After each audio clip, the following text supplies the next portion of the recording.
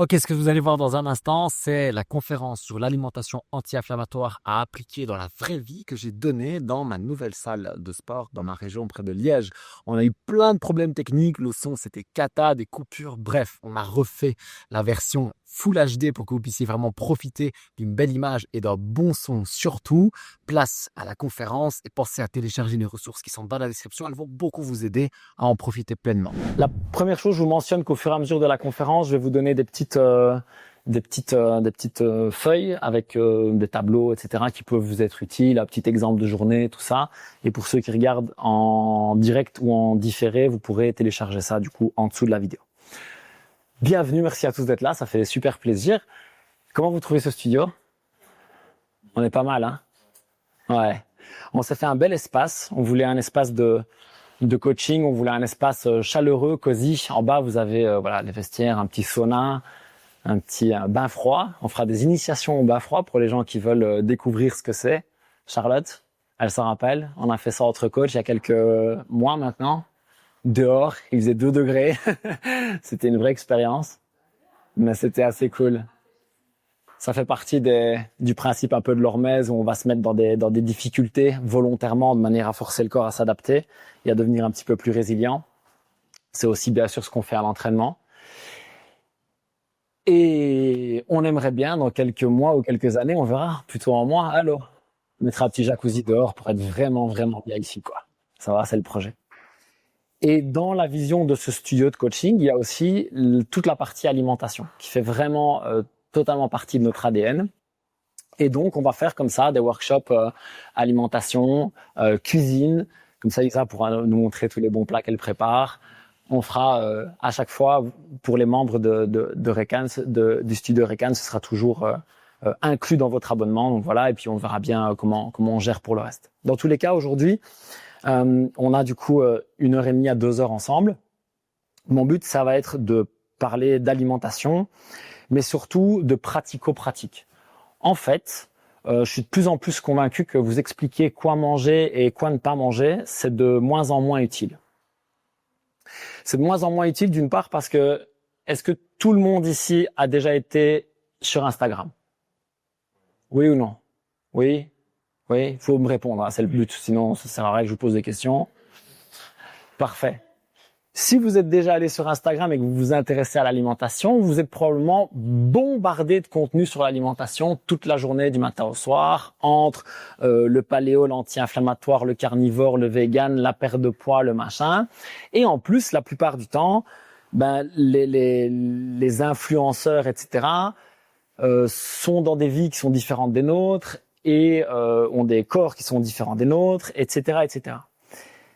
Et en plus, avec cette espèce de manne d'informations et de contradictions, parce que je pense qu'à l'heure actuelle, en 5 minutes, je peux vous trouver une information qui va vous dire que tel aliment, c'est l'aliment, le super aliment pour la santé incroyable, et puis de l'autre côté, en 30 secondes, je fais 2 recherches et je vous trouve tous les arguments contraires. Ça, c'est possible aussi. Donc, faire le tri, c'est très compliqué. Et en plus, vous le connaissez, lui? Est-ce que vous connaissez ChatGPT ou pas? Vous pouvez dire non. Non, vous savez pas ce que c'est? Donc, c'est une intelligence artificielle ou plutôt c'est un... Bref, je vais pas vous faire le détail, on s'en fout. Et ce que j'aimerais, c'est que tu me crées un plan alimentaire pour une journée anti-inflammatoire à 2000 calories. J'aimerais bien manger à peu près 120 grammes de protéines. Je n'aime pas les brocolis, j'adore les champignons. J'aimerais bien du chocolat noir, mais à 92% parce que sinon c'est trop sucré. Et tu peux me mettre aussi des tomates cerises parce que je trouve que c'est vraiment très très bon. Et là, normalement, il va me faire un plan alimentaire en à peu près 10 secondes. En respectant exactement les consignes que je viens de lui demander. Voici un plan alimentaire avec 120 grammes de protéines. Voici le petit déjeuner avec environ 500 calories. Purée de patates douces, la tasse de thé vert. Voici le repas de midi, le bol anti-inflammatoire, etc., etc. Les diététiciens ont beaucoup de soucis à se faire. Collation, 300 calories. Vous avez vu mon chocolat noir, je l'avais demandé. 92%. Le dîner, poêlée de dinde, légumes, j'ai la recette, j'ai tout ce qu'il me faut. Mes totaux journaliers, 2000 calories, 120 grammes de protéines, etc.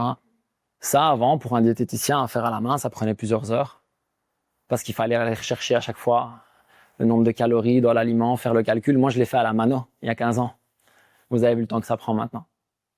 Donc, je peux tout à fait vous expliquer plein de choses sur l'alimentation anti-inflammatoire, mais je pense de plus en plus que la solution, c'est de parler des vécus, c'est parler de terrain. Et donc, je vais aujourd'hui notamment vous montrer ce que je mange en vrai, ce que je cuisine pour de vrai pour ma famille. Je vais essayer de sortir de ça, on va voir si ça marche ou pas. Je suis pas sûr. Oui, merci.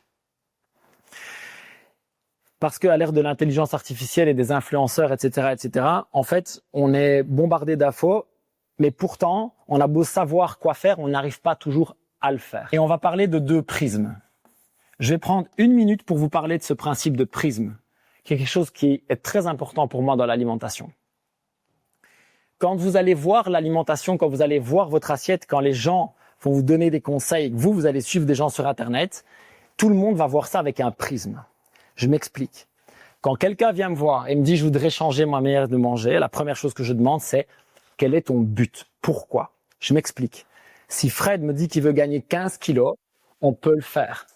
Mais j'ai besoin de savoir si tu veux gagner 15 kilos de muscles, si tu veux gagner du gras, si tu t'en fous d'être en bonne santé ou pas, etc. On va prendre, vous savez, il y a beaucoup de modèles fitness ou même juste, je le redis, des mecs et des femmes sur Instagram qui ont des corps incroyables et qui se baladent à 7-8% de masse grasse. Alors ça vous dit pas grand-chose pour ceux qui savent pas ce que c'est, mais 7-8% de masse grasse pour un homme, c'est extrêmement bas.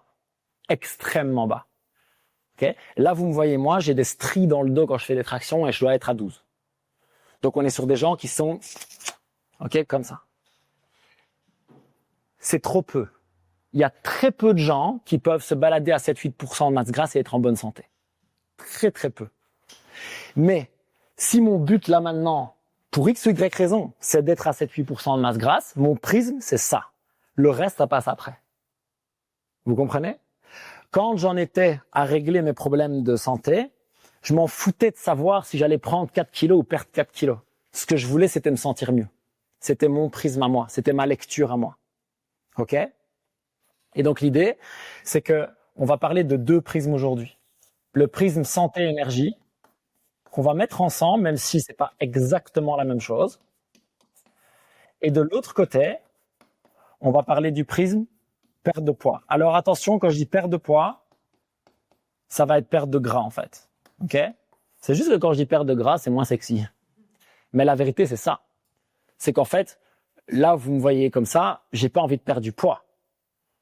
Mais si je peux perdre encore un peu de gras, je prends. Vous voyez ce que je veux dire ? Jusqu'à un certain point, bien entendu. Et c'est pas exactement la même chose. Et je vais vous expliquer un truc qui me scandalise encore en 2025, d'autant plus avec ce que je viens de vous montrer avec ChatGPT, qui est qu'il y a certains plans alimentaires de diététiciens qui sont, oui, très efficaces pour perdre du poids, mais très mauvais pour la santé et l'énergie.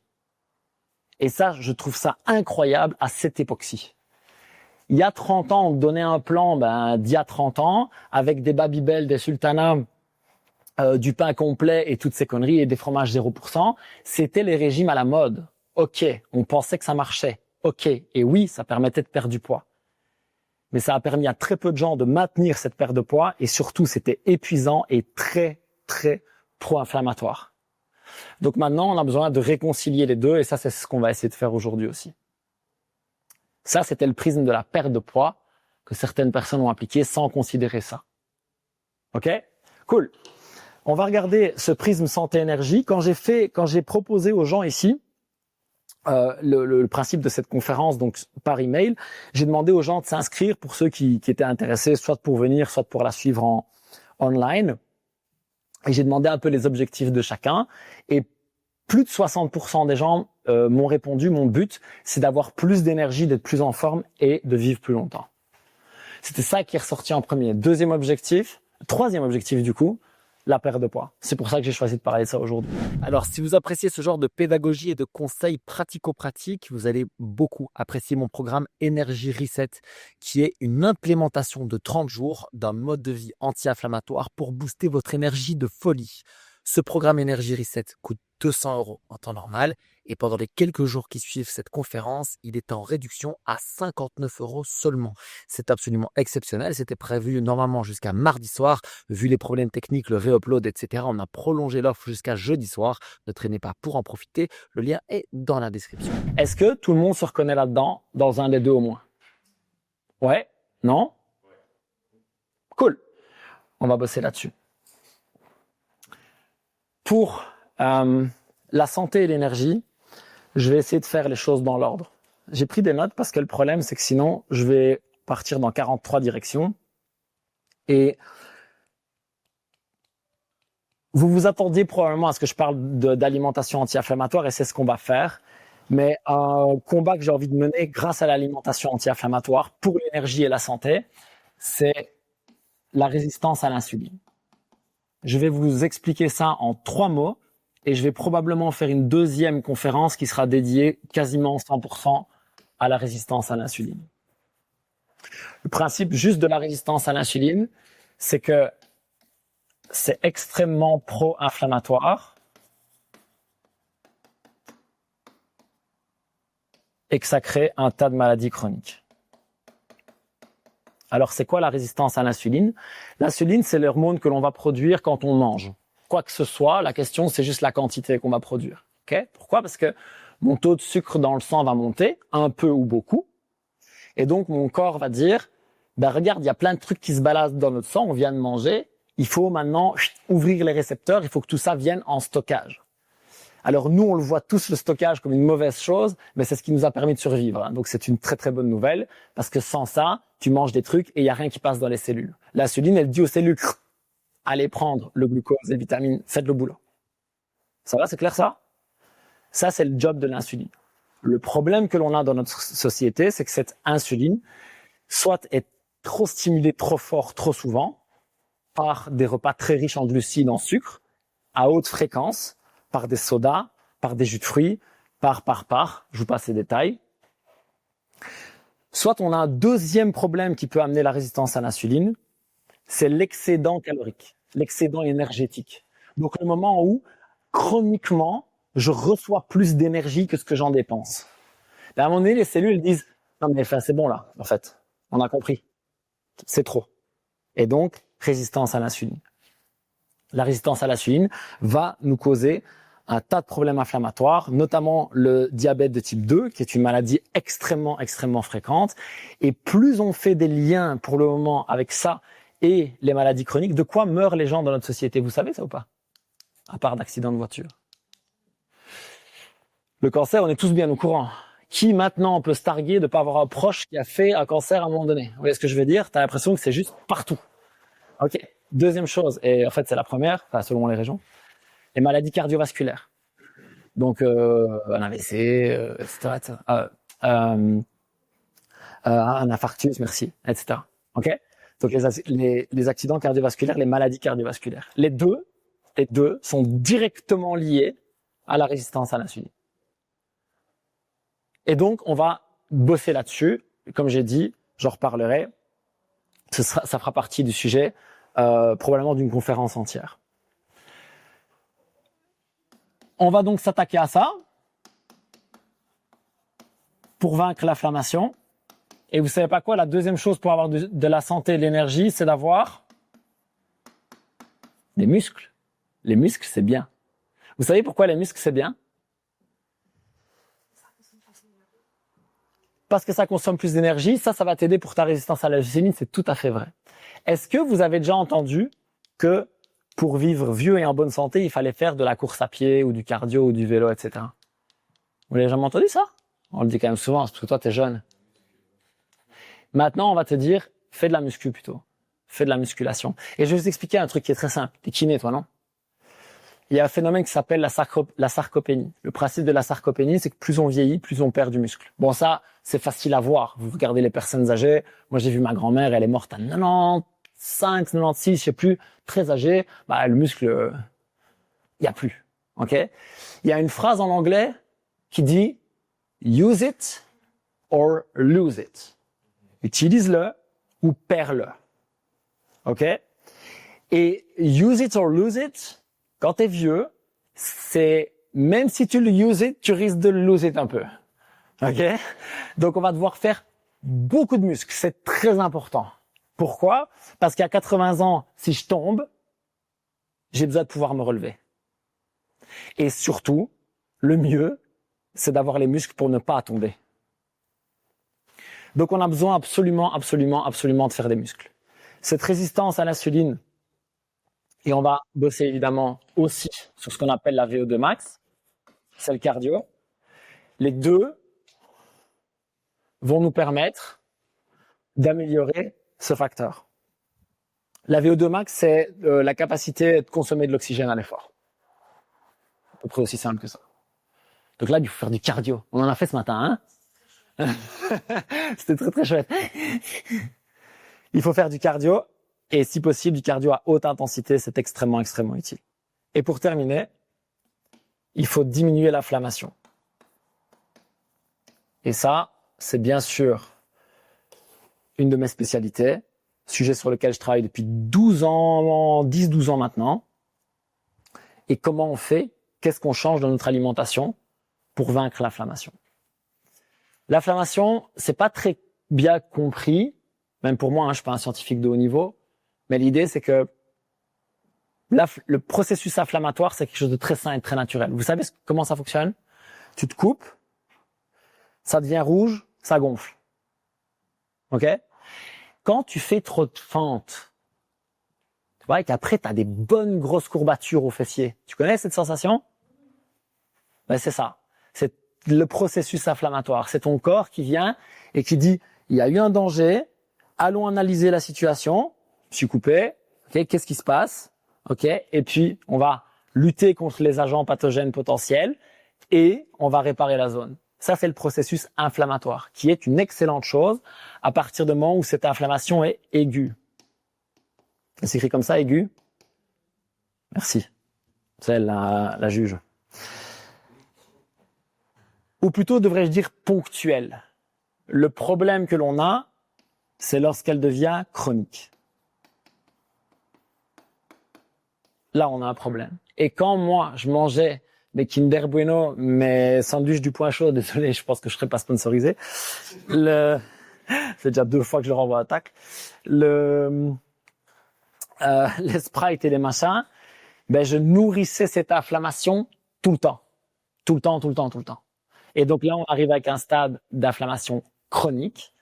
Et ça, c'est pareil, on sait que c'est la porte ouverte, du coup, à la fatigue, aux maladies, etc. Ok. Assez parlé de théorie, je vous avais promis qu'on ferait du pratico-pratique, du concret. Il y a une chose en plus dont je vous parlerai après, c'est de compléments alimentaires, parce que à l'heure actuelle, il y en a 2-3 qui, moi, me semblent absolument essentiels. Et non seulement dans mes propres recherches, j'ai ça, mais quand j'interroge des spécialistes du domaine, ils disent la même chose. Il y a 2-3 compléments alimentaires dont on ne peut pas vraiment se passer en 2025 dans nos régions. On en reparlera. Quels vont être les plus grands facteurs de problèmes dans la résistance à l'insuline et dans l'inflammation? À votre avis, numéro 1, c'est quoi? Dans notre alimentation. Le sucre. Presque. Non, c'est ça. Les aliments ultra transformés. Le Kinder Bueno, le Sprite, la glace, la lasagne emballée, leur problème n'est pas tellement le sucre, mais le process qu'on leur a fait subir et qui est beaucoup trop riche en énergie d'un coup pour qu'on puisse le processer. Ça, c'est une des premières choses. Et bien sûr, dedans, on a un tas d'additifs dont on ne sait pas trop si c'est une bonne chose ou pas. Alors heureusement, on vit en Europe, on a un peu plus de protection là-dessus que les Américains, mais malgré tout, on est quand même bombardé d'additifs du matin au soir. Il y a eu une petite expérience très sympa avec les aliments ultra transformés. On a fait 15 jours, on a fait manger 2 groupes de personnes pendant 15 jours différemment, et puis on a changé, c'est ça qui était cool. Donc il y a eu un groupe qui a mangé pendant 15 jours des aliments ultra transformés, un groupe qui a mangé pendant 15 jours des aliments entiers. Donc vous comprenez la différence entre les deux maintenant. Une lasagne emballée versus des tomates, du haché, une pomme de terre, ok? Donc des aliments entiers, des aliments ultra transformés. Et puis on a changé. en mangeant à volonté, le groupe qui a mangé les aliments ultra transformés mangeait systématiquement en moyenne 500 calories de plus par jour que l'autre groupe. Et quand on a changé, c'était vrai aussi. Donc c'était vrai pour tout le monde dans l'expérience. Pourquoi est-ce que c'est intéressant? Parce que du coup, tu te rends compte que tu as naturellement moins faim quand tu manges des aliments entiers et tu as naturellement plus faim quand tu manges des aliments ultra transformés. Donc, que je souhaite être en meilleure santé, avoir plus d'énergie ou perdre du poids, dans tous les cas, il n'y a pas de bénéfice à manger des aliments ultra transformés. Ok? Je ne vais pas vous faire un long cours là-dessus, vous avez compris. C'est juste ou pas? La deuxième chose qui est très, très, très, très pro-inflammatoire là-dedans, ça va être les grosses charges glycémiques, on appelle ça. C'est quoi des grosses charges glycémiques? Vous vous rappelez, tout à l'heure, je vous parlais, on parlait du sucre, et le principe de charge glycémique, c'est quand dans mon repas, il va y avoir beaucoup de glucides. C'est quoi des glucides? Tout le monde sait ou pas? Pas forcément. C'est tous les sucres, tous. Les bons, les mauvais, l'eau. Tu vas leur demander juste ou moi de fermer la porte, merci. Des pâtes, des fruits, du miel, un Sprite, tout ça, c'est des glucides. Ok, c'est des sucres. Des bons, des mauvais, des lents, des rapides, des simples, des complexes, on s'en fout, ce sont des sucres. Et il n'y a pas tellement de problème, en fait, à manger des glucides. Notre problème, c'est quand c'est trop souvent, par rapport à notre activité physique. Retenez bien ce que je viens de dire, c'est très important. Trop souvent, par rapport à notre activité physique. Ok? Parce que on est aussi dans certains milieux au niveau de l'alimentation en train de diaboliser les glucides, dire genre oh là là mon Dieu, tu manges un fruit, tu vas mourir du diabète. C'est faux. Ok? Il faut remettre les choses aussi à leur place de ce côté-là. Les grosses charges glycémiques, c'est quoi dans nos pays à nous? C'est un petit déjeuner avec 2 tranches de pain, de la confiture et un café sucré. Voilà, de base. C'est un plat de pâtes. Ok? C'est le sandwich à midi avec le yaourt aux fruits en dessert.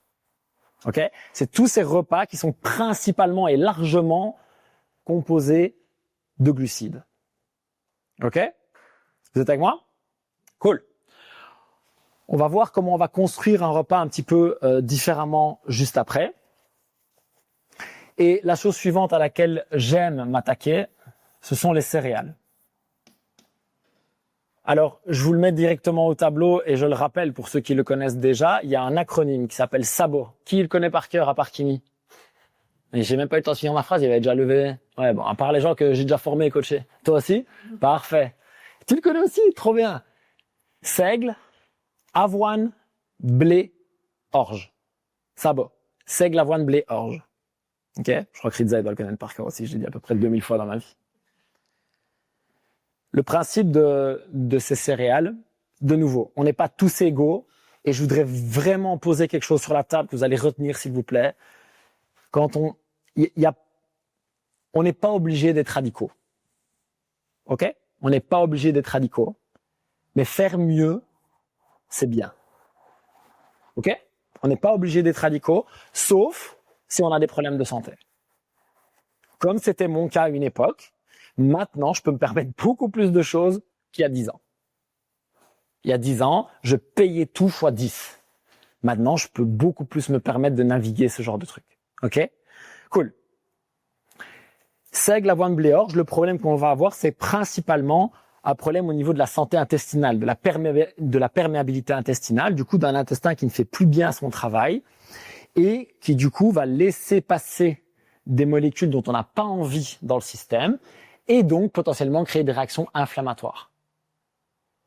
Donc pour protéger notre système digestif, notre inflammation, on veut limiter l'apport en céréales. Seigle, avoine, blé, orge. À votre avis, qu'est-ce qu'on retrouve tout le temps dans notre alimentation? Le blé. Il y en a partout, tout le temps. Et soyons bien clairs, un peu de blé à l'ancienne, je pense pas que ça nous tuerait. La masse de blé moderne que l'on nous bombarde avec des des blés enrichis en gluten hybridés, en fait, de manière à avoir plus de gluten dedans pour que ça tienne mieux, que le pain soit meilleur, etc. Ça, c'est en train de nous causer beaucoup de tort. OK? J'ai que des bonnes nouvelles, hein? C'est cool. Il m'en reste 2. Après, je vous fous un peu la paix, c'est promis, je vais vous donner d'autres solutions surtout. Les produits laitiers industriels.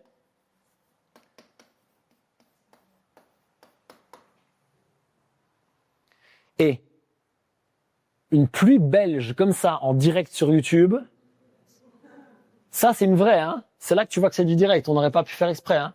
Waouh. Ok.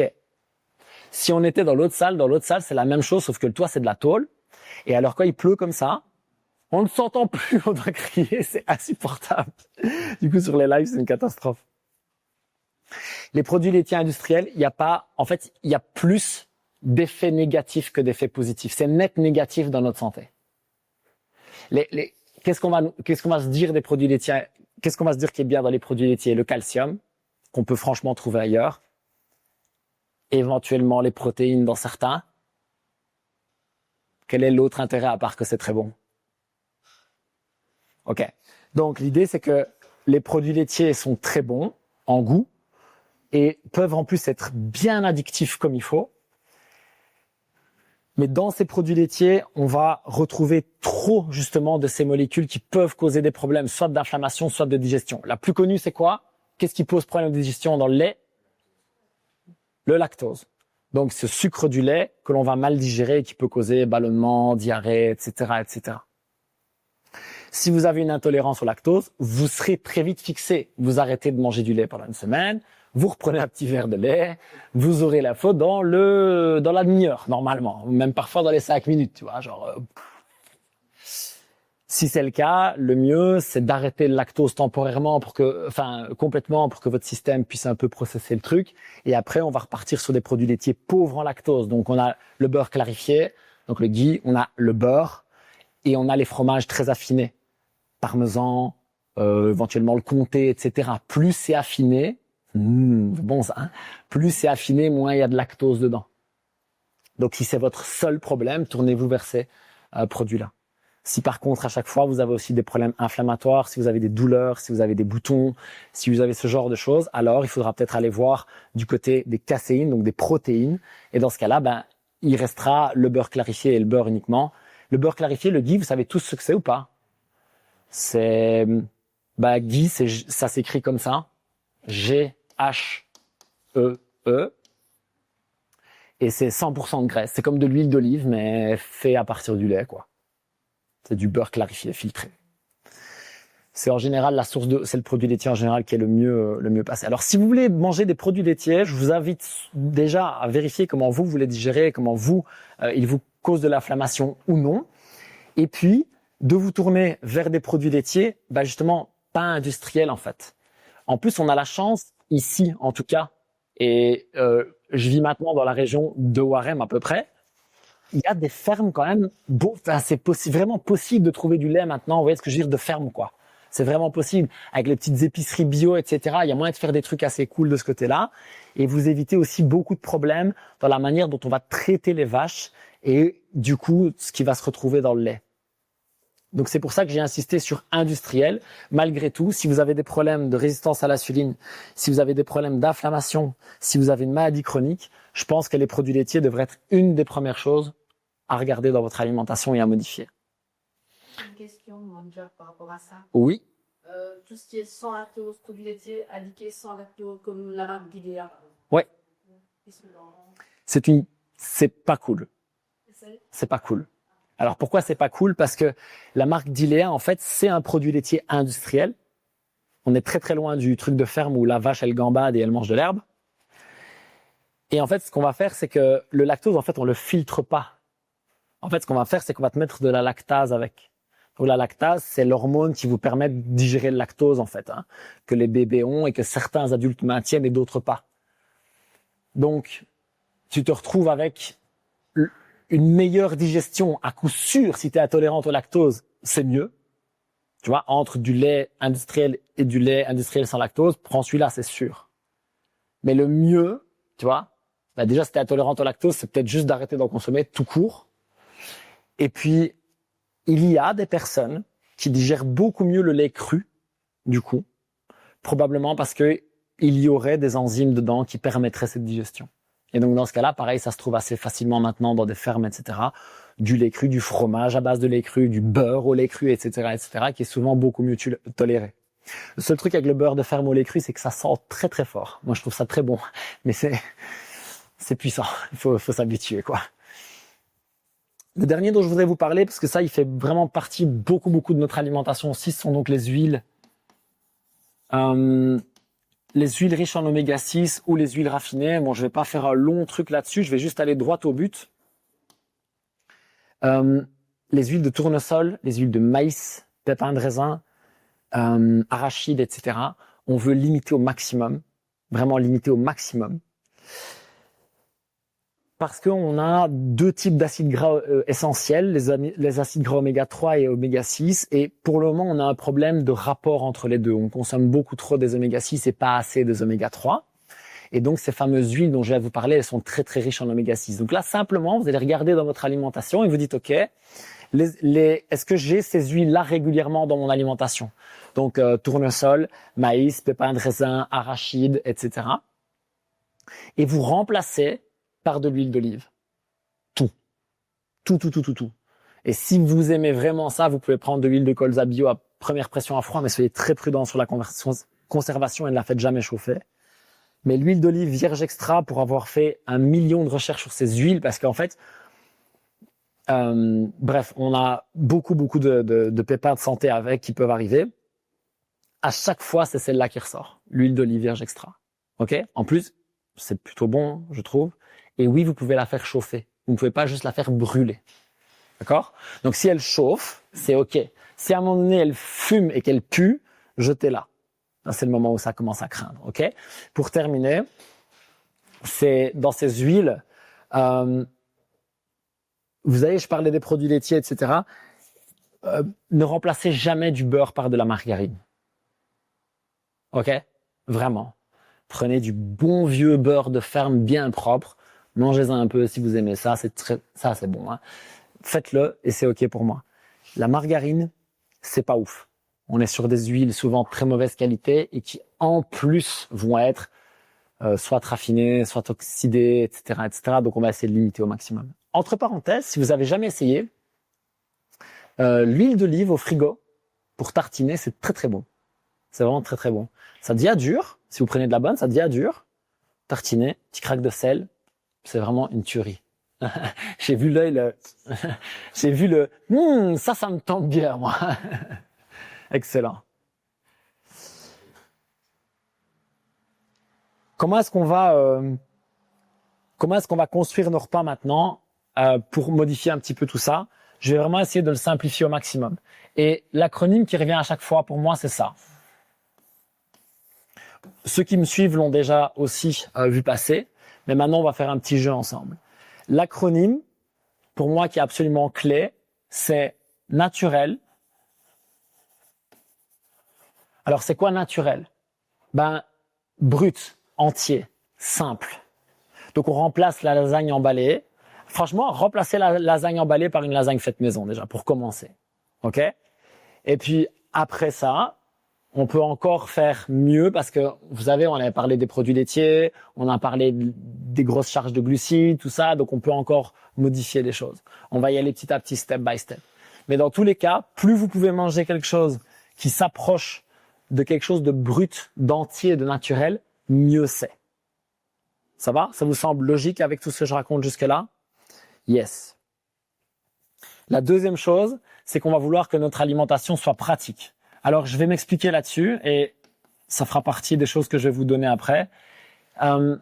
Faites en sorte que ça rentre dans votre mode de vie. Vous ne faites pas des choses trop compliquées, ne faites pas des choses où vous devez cuisiner 3 heures si vous aimez pas ça. Faites en sorte que ça rentre dans votre mode de vie. Et je vais vous donner une astuce. Vous ne devriez jamais partir le matin sans savoir ce que vous allez manger pendant la journée. Jamais. Vous pouvez pas partir à 8 heures du mat et dire je reviens à 18 et je ne sais pas ce que je vais manger. Vous savez pourquoi? Parce que ça, c'est la porte ouverte à toutes les fenêtres. On est d'accord? Oh putain, j'ai pas le temps. Ça. Ben le ça là, c'est rarement des aliments entiers. On est d'accord? Et c'est rarement des choses qui sont bonnes pour vous. C'est rarement des choses qui vont vous nourrir, vous apporter de la satiété. Donc on va chercher au maximum à anticiper ça. Soit l'anticiper en partant avec quelque chose, soit l'anticiper en sachant ce que je vais aller chercher. Vous comprenez ce que je dis ou pas? C'est-à-dire que très souvent, moi je pars pas avec le repas préparé pour moi parce que je fais pour ma femme, pour mon fils, puis j'y pense plus, puis voilà. Et puis surtout, je sais très bien ce que je vais aller chercher et où et à quelle heure et machin. Vous voyez, je vais dans tel supermarché acheter ça. Je vais au bar à salade prendre ça et ça et ça. Vous voyez, c'est très clair déjà dans ma tête. Partez avec un plan, vraiment. OK? Et il faut que ce plan soit pratique pour vous. Il faut que vos repas soient pratiques pour vous. Je vous donnerai quelques astuces là-dessus aussi. Et pour terminer, on va rendre les choses agréables. Et on va même mettre un smiley, regarde. Si vous mangez des trucs que vous trouvez dégueulasses ou insipides, tu sais, putain, j'ai mangé ça, vous allez le faire 2 semaines. Peut-être même pas. Peut-être même pas. C'est pour ça notamment que les fameux régimes Sultana Babybel, brocoli vapeur, tout ça, compliqué. Donc donnez du goût, faites des choses que vous aimez, c'est extrêmement important. Il y a juste moyen de faire des choses que vous aimez avec des choses qui sont bonnes pour votre santé et pour votre énergie. OK? Alors maintenant, vous allez tous prendre votre petit cahier et vous allez penser à votre dernier repas et vous allez écrire ce que vous allez manger, ce que vous avez mangé, excusez-moi. Si vous êtes en live sur YouTube, vous pouvez le mettre dans le chat et vous allez réfléchir très simplement à quel point est-ce que ça correspond à ça. NPA. À quel point est-ce que c'était des aliments naturels? Vous mettez, par exemple, une cote sur 5. Je sais pas, ok? Vous mettez 1 sur 5, 2 sur 5, 5 sur 5. À quel point est-ce que c'était entier? Ok? Et puis vous vous dites, est-ce que ce repas, il était pratique pour moi? Est-ce que c'est un repas que j'ai envie ou que je pourrais répéter dans ma vie? Bon, on est le week-end, c'est un peu triché, mais vous comprenez l'idée. Et puis, est-ce que j'ai profité de ce repas? Est-ce que c'était bon? Est-ce que c'était bon? Et pour terminer, écoutez bien ce que je dis. Si je pouvais changer une chose dans ce repas qui a l'air intéressante par rapport à ce que Jack vient de dire, qu'est-ce que je changerais? Une chose. Par exemple, j'ai cuisiné avec de l'huile de tournesol, je pourrais mettre de l'huile d'olive. Par exemple, il y avait un morceau de pain et je pourrais remplacer ce pain au blé par du pain au sarrasin parce que j'ai compris que c'était mieux. Ok? Je vous donne des exemples simples. J'ai mis du sucre. Je pense que ça peut être mieux du miel, par exemple. Voilà. Vous notez un truc ou deux, vous vous dites tiens, petite amélioration intéressante. C'est déjà fait? Vous êtes des machines. Cet acronyme NPA, c'est un peu l'espèce de filtre que moi j'utilise pour moi d'abord, pour mon propre mode de vie, et puis quand je coach des gens. En fait, je prends le truc et je discute avec eux pour voir si ça rentre dans ce filtre-là. Est-ce que c'est de l'alimentation naturelle qui va te convenir? Est-ce que tu as l'impression que c'est pratique dans ton mode de vie? À quel point est-ce qu'on peut rendre ça agréable? Donc faire une alimentation qui est la plus naturelle possible et à quel point est-ce qu'on peut la rendre pratique et agréable. Pour moi, par exemple, c'est très simple. J'achète une très bonne huile d'olive et du sel entier et tout est bon. Tout est bon pour moi avec une bonne huile d'olive et du sel entier. Voilà. Seul problème avec l'huile d'olive, pour moi, c'est de pas en manger à demi-litre par jour. C'est de pas la verser comme ça. Parce que j'aime bien quand ça coule. Mais il faut faire un peu gaffe. Ça, ce sera le filtre qu'on va réutiliser. Alors, on a parlé donc d'alimentation et je vais, par rapport aux muscles et à la VO2 max, on a donc besoin de muscles plus de cardio. Vous l'avez bien compris. Pourquoi est-ce que c'est important? Tu as fait une bonne remarque qui était, tu m'as dit les muscles, l'avantage c'est que ça consomme plus d'énergie. Okay, donc je vous explique rapidement le concept. Je fais à peu près 95 kilos. Okay, je suis plutôt musclé, plutôt pas très gras. Si j'ai quelqu'un de 95 kilos à côté de moi, qui est plutôt pas musclé et plutôt très gras, eh ben en fait je dépense plus d'énergie que lui, et au repos, et quand on s'entraîne. Ok? Ça veut dire que pour rester à 95 kilos ou pour perdre du poids, je vais pouvoir manger plus que lui. Et ça, c'est cool. Ok? C'est ça l'idée. Vous avez bien compris ce principe? En plus de, putain, si je je peux me rattraper. En plus de, hey, je peux porter mon petit-fils et jouer avec quand j'ai 70 ans. C'est ça l'intérêt. Ok. Je vous parlais des grosses charges glycémiques. Pour moi, le seul moment où ça peut avoir beaucoup de sens de manger beaucoup de glucides, c'est autour d'une activité sportive. Autour. Moi, je préfère avant, mais autour. Avant, pendant, après. Autour. Pourquoi? Parce que c'est le moment où vos muscles vont être mobilisés et où du coup, ce sont eux qui vont utiliser tous ces glucides que vous allez manger et créer du coup moins ce problème de glycémie qui monte, insuline qui s'enflamme et moins ce problème du coup potentiel de stockage, d'inflammation, etc., etc. Donc, je peux construire ma journée en me disant le moment où je vais faire du sport, l'heure avant, l'heure après, c'est vraiment le meilleur moment pour, dans cette fenêtre, bombarder les glucides que j'aime bien. À vous de voir ce que vous aimez. Soit, je suis au bureau, je suis invité à manger et c'est un plat de pâtes, un plat de riz, un sandwich, j'en sais rien. Qu'est-ce que je fais dans ces cas-là? Il y a plusieurs petites astuces. Par exemple, la balade digestive, c'est bien. Pas toujours l'occasion, mais si vous pouvez aller vous balader 15 minutes, c'est cool. Parce que vous allez faire quoi? Mobiliser vos muscles. Et donc, le pic de glycémie, il est moins fort. L'autre truc que vous pourriez faire, par exemple, levez-vous s'il vous plaît. Levez-vous si vous êtes derrière l'écran. Par exemple, vous pourriez, on va le faire ensemble, vous asseoir et vous relever 15 fois sur votre chaise. Allez, on y va. Allez, quoi, je vais pas le faire tout seul, les gars. Vous rigolez ou quoi? 15 fois, je peux m'asseoir et me relever sur ma chaise. Et à un moment donné, si je le fais bien, j'ai les cuisses qui vont chauffer. Et on se dirait, c'est cool, ça. Et vous savez pourquoi c'est bien les cuisses? Pourquoi c'est bien les cuisses? C'est des gros muscles, exactement. Ça consomme plein d'énergie. On est à 15, non? Pas encore? On est à combien? Au moins. Ils allaient à 26. Le triceps, absolument. Le seul problème avec le triceps, c'est qu'au bureau, c'est plus facile de faire des squats que des pompes. Mais t'as raison. Et le dernier, je vous promets, il est trop bien, parce que vous allez pouvoir le faire aussi là où vous êtes, c'est ça, le calf raise. Ok? Donc regarde, je suis assis, et en stoum, petit trait, on voit pas, c'est pas grave. Faites-le avec moi, allez-y. Vous levez simplement les orteils le plus haut possible et vous revenez avec les jambes fléchies. Qu'est-ce que je travaille? Le solaire, là, le petit muscle, enfin le muscle qui est là derrière. Continue. Je voudrais que vous en fassiez quand même assez longtemps. Le solaire, l'avantage qu'il a, c'est qu'il est extrêmement endurant. Et donc, vous allez pouvoir faire ça pendant très longtemps, sans problème. Vous allez pouvoir faire ça, parce que là, je le fais avec un autre muscle. Ça, vous allez pouvoir le faire 5 minutes, 10 minutes. Ça va chauffer un peu, mais vous pouvez continuer. Et donc là, vous avez même plus l'excuse de oui, mais je peux pas faire des squats au bureau. Parce que ça, personne ne verra. Ok? Donc si vous allez vous claquer le plat de pâtes à midi là, et que vous avez peur de somnoler, d'être fatigué, ou éventuellement de mal gérer votre poids, eh bien vous me faites 5 minutes de seated calf raise. Elle est trop cool cette astuce ou pas? Je suis assez d'accord.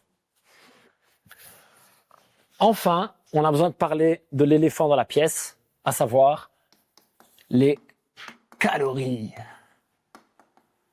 Parce que depuis tout à l'heure, je vous parle d'huile d'olive, et l'huile d'olive, elle a une qualité incroyable, c'est qu'elle est absolument délicieuse. Sa deuxième qualité incroyable, c'est qu'elle est très bonne pour la santé par rapport aux autres huiles. Ça reste 100% de graisse. 100% de graisse. Et donc, si on abuse, à un moment donné, on a un problème. Je voudrais poser une petite réflexion là, votre première réflexion tout à l'heure, à propos de ce qui causait des problèmes d'inflammation, de santé, etc., ça a été le sucre. Un autre exemple qu'on me donne souvent, c'est par rapport à l'addiction. Les gens pensent qu'ils sont addicts au sucre. Qui pense qu'il a eu une addiction au sucre? Moi, je fais partie de la team. Ok.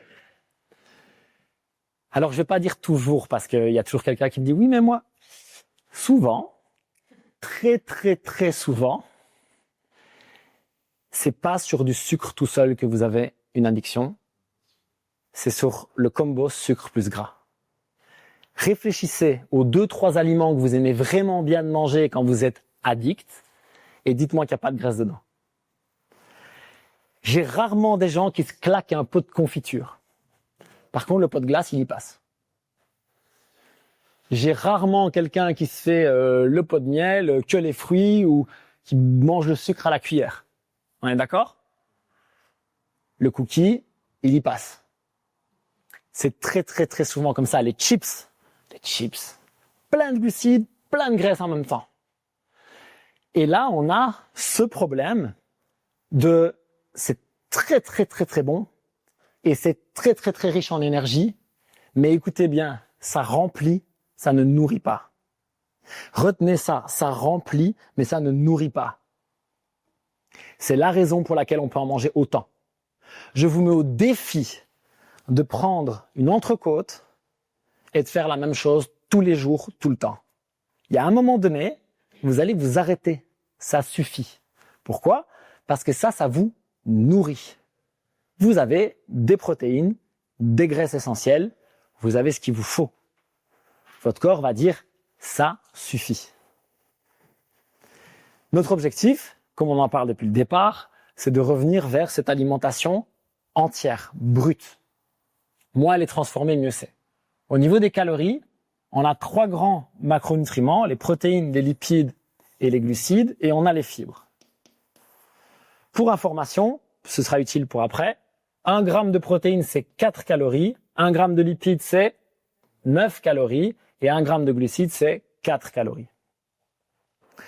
Donc, quand on veut gérer notre apport énergétique par rapport à notre dépense énergétique, on a intérêt à surveiller nos glucides, on en a parlé, nos sucres, mais aussi nos lipides.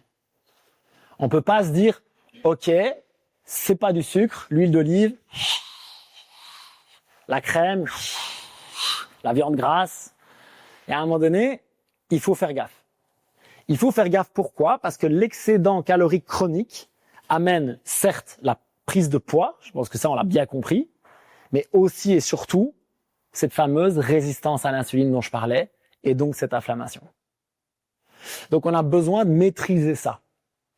Donc la manière dont on va construire nos repas, c'est mon acronyme préféré, F, L, P, G. Ok. Fibres, lipides, protéines, entre parenthèses, glucides. Je m'explique. Les fibres, vous savez ce que c'est?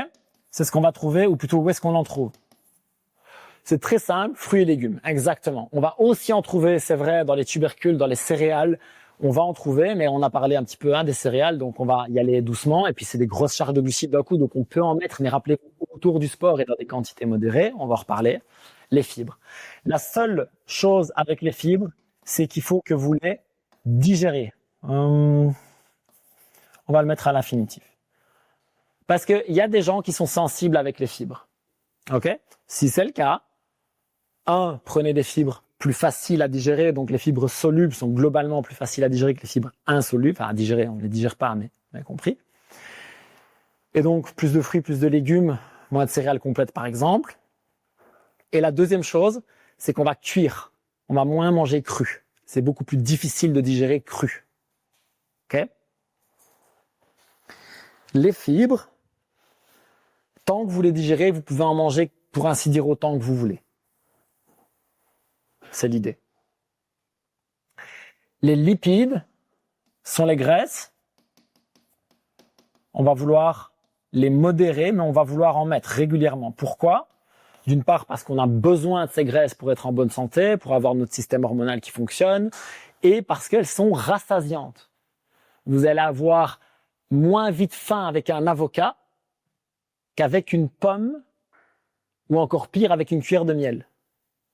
Vous comprenez ça ou pas? Ça vous parle? Si je mange un avocat, je vais être rassasié plus longtemps qu'avec une pomme ou avec une cuillère de miel. Ok? Les lipides ont cet effet rassasiant pendant plus longtemps. Les protéines, ok, on va en parler pendant 1 minute après. Les protéines, le mot que j'ai choisi, c'est systématiser. Tout le temps. Ok? Sauf dans cette fenêtre avant-après l'entraînement où ça peut être difficile à digérer. C'est pas ouf le coup du blanc de poulet 1 demi-heure avant d'aller faire des burpees. C'est pas ouf. Il y a des gens qui digèrent tout très bien très vite, mais si vous avez le système digestif un peu lent, allez-y doucement et préférez par exemple des œufs. et un peu plus loin avant ou un peu plus loin après. Par contre, il est très probable que beaucoup d'entre nous, et qui regardent, mangent trop peu de protéines. Pourquoi est-ce que c'est très probable? Parce que c'est un constat qu'on peut faire dans les études scientifiques, mais surtout un constat que moi je fais sur le terrain énormément. Et si vous avez tout le temps faim, c'est encore plus important de manger plus de protéines. Depuis le début de la séance, on parle aussi de muscles. Les protéines vont permettre de soutenir votre masse musculaire, soit dans sa récupération, soit dans le fait de limiter sa perte. Et les protéines, c'est aussi un effet rassasiant très important. Je reviens à cet exemple. Vous allez être calé pendant plus longtemps avec le blanc de poulet qu'avec la pomme. Oui ou non? Probablement. Et les protéines, on en veut plus et on en veut régulièrement. Ça marche systématisé. À chaque repas, c'est le mieux pour commencer. Prenez juste des protéines que vous digérez et n'en mettez pas juste une caisse parce que parfois, ça peut créer des gros problèmes de fatigue. Selon combien vous en mettez. OK? Et les glucides, pourquoi est-ce que j'ai mis en parenthèse? Pas parce qu'on veut s'en passer, parce qu'on veut adapter la quantité. Et on l'adapte à quoi, à votre avis? À l'activité physique. C'est aussi simple que ça, exactement. Donc, je peux construire mon repas avec un peu de glucides, pas de problème. Pour tout le monde, c'est OK. OK, donc, je sais pas, moi, je fais un repas avec le truc typique dans cette période-ci, c'est une salade avec des tomates. Qu'est-ce qu'on mettrait bien comme lipides avec la salade et des tomates? Dis donc, une bonne huile d'olive. Et je sais pas, je coupe des dés de poulet dedans. Boum, je mets du persil, du sel, du poivre. Je fais un truc qui a du goût, qui est bon. Je me dis, oh putain, c'est trop bon. Mais ça me ferait plaisir de me cuire une patate douce à côté et de me faire des petites tranches. Ben, parfait, fais ça, pas de problème. Mais ça devient ton accompagnement. Ça n'est plus le centre de ton repas. OK? Oui, mais moi, je suis très sportif et dans 1h30, j'ai 2 heures de crossfit à faire. Ah ben, tu sais quoi? Vire-moi les fibres, vire-moi les protéines, limite les lipides et mets bien beaucoup de glucides à ce moment-là. C'est le bon moment. Mange autant que tu veux presque. OK? Vous comprenez l'idée? Donc, autour de l'entraînement un maximum et j'ajuste mes quantités absolues à mon activité physique. C'est un excellent moyen de gérer à la fois votre santé, votre énergie et votre poids. Il y a quelqu'un qui est très triste? Mais j'ai un peu l'impression qu'il y a quelqu'un qui est en train de torturer l'enfant derrière. J'ai pas très envie que ça se passe comme ça, mais bon. Je vais vous demander maintenant de refaire votre petite analyse de votre dernier repas. Et vous allez me dire à quel point, ou noter à quel point, il s'approche de ça. OK? Et donc, on va faire un petit diagramme. J'espère que c'est comme ça que ça s'appelle. L'huissière me le dira. Et on va faire combien est-ce qu'il y avait de fibres, combien est-ce qu'il y avait de lipides, combien est-ce qu'il y avait de protéines, combien est-ce qu'il y avait de glucides. OK? Vous me faites ça avec votre dernier repas. Tu sais pas? Non, mais c'est pas grave, ça. C'est pour ça qu'on est là. Et en même temps, tu dis ça, mais tu venais du sport, donc. Nour, est-ce que je peux avoir de l'eau pétillante, s'il te plaît? Merci. OK? Vous avez pris le temps? Faites votre petit diagramme. Et maintenant, pour les personnes qui regardent en direct, vous pouvez trouver la même chose dans la description. Il y a un lien, les ressources de la conférence. Je vais vous donner un petit tableau de correspondance. Dans quoi est-ce qu'il y a, merci, c'est parfait. Dans quoi est-ce qu'il y a 30 grammes de protéines? Dans quoi est-ce qu'il y a 30 grammes de glucides? Dans quoi est-ce qu'il y a 10 grammes de lipides? Je vois si j'en ai assez. Dans quoi est-ce... Oh, je pense que c'est bon, hein. J'espère, on va voir, mais je pense que c'est bon. Et dans quoi est-ce qu'il y a des fibres? Vous allez avoir des suggestions. Pourquoi est-ce que je vous donne ça? De manière à ce que vous puissiez construire vos repas avec une logique derrière. Pas si tu vas apprendre grand-chose, mais au moins tu l'as sous la main. Si quelqu'un en veut un autre. Et donc l'idée, c'est que maintenant, je peux facilement voir comment remplacer quoi. Donc je m'explique, comment est-ce que je vais lire ce tableau? Imaginons que je suis Dans mon repas avec une cuillère à soupe d'huile d'olive, je veux voir à quoi ça correspond. Ben, j'ai un petit tableau. Ça correspond à une cuillère à soupe d'huile de coco, à un peu plus de beurre. Ça correspond à 2 œufs environ pour avoir la même quantité de graisse, etc., etc. Vous comprenez l'idée? J'ai essayé de vous faire quelque chose d'utile. Donc je répète, pour les personnes qui regardent ça, soit en direct, soit en différé, dans la description de la vidéo, vous allez retrouver un lien qui vous permettra, je pense que c'est jax.team/conférence, je pense que j'ai fait quelque chose de simple. Et à la fin, je vous ai fait des utiles et indispensables, mais si vous permettez, on va regarder ça un petit peu plus tard. Ok? Comme ça, vous avez un outil sous la main.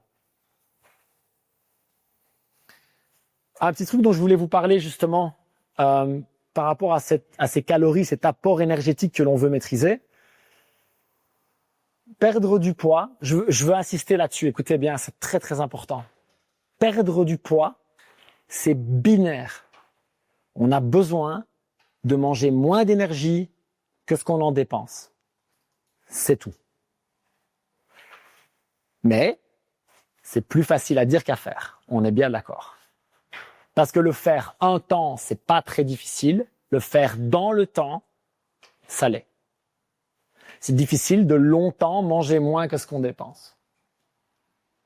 Donc on a envie de diminuer nos calories qui entrent et d'augmenter nos calories qui sortent. Binaire.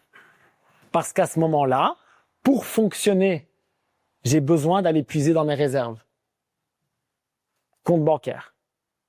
Je dépense plus, ça rentre pas, je vais sur le compte d'épargne. Voilà. C'est comme ça, hein? Ça, c'est votre compte d'épargne. L'avantage, c'est que si j'ai un gros compte d'épargne, je peux faire ça longtemps.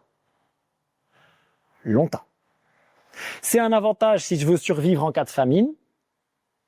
C'est un désavantage parce que aussi, ça veut dire que je vais devoir faire ça pendant longtemps pour vider le compte d'épargne suffisamment. On a donc besoin de bouger plus, ça on le sait.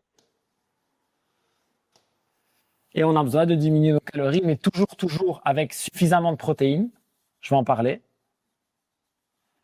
et d'agir donc sur les lipides et les glucides.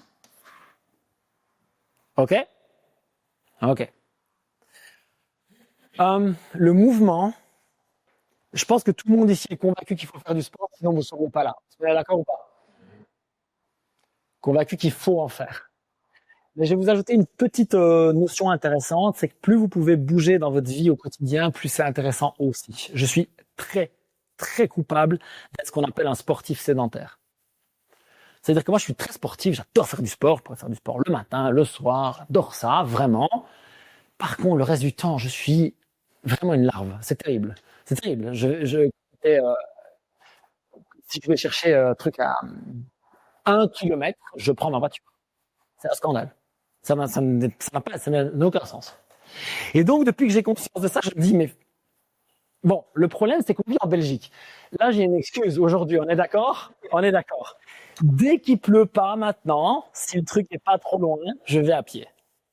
Ce genre de truc-là, c'est vraiment intéressant. Pourquoi? Parce qu'être un sportif sédentaire, eh bien, c'est moins bon pour la santé que ne pas être sportif et être actif. Je vous laisse réfléchir pendant 2 secondes à ce que je viens de dire. Donc, faire du sport ne suffit pas si on est totalement sédentaire en dehors. Et moi, je suis vraiment très, très sédentaire en dehors. Avant, je coachais 30 heures par semaine. Bon, quand tu coaches, t'es tout sauf sédentaire. Vous avez vu comment un coach se comporte pendant 1 heure de coaching. Maintenant, tu vois, je gère des entreprises, je fais des vidéos, je fais des trucs sur Internet, tout ça, tu vois. Donc, je suis très souvent comme ça. Et ça craint. Et ça craint parce qu'en plus, c'est confortable. Du coup, on veut le faire de plus en plus. Et donc, notre idée, c'est de se mettre en mouvement. Les astuces que moi j'ai trouvées, c'est prendre tous mes appels téléphoniques en bougeant. Même si c'est dans mon bureau, je marche. Je marche comme ça. C'est de faire mes vidéos debout.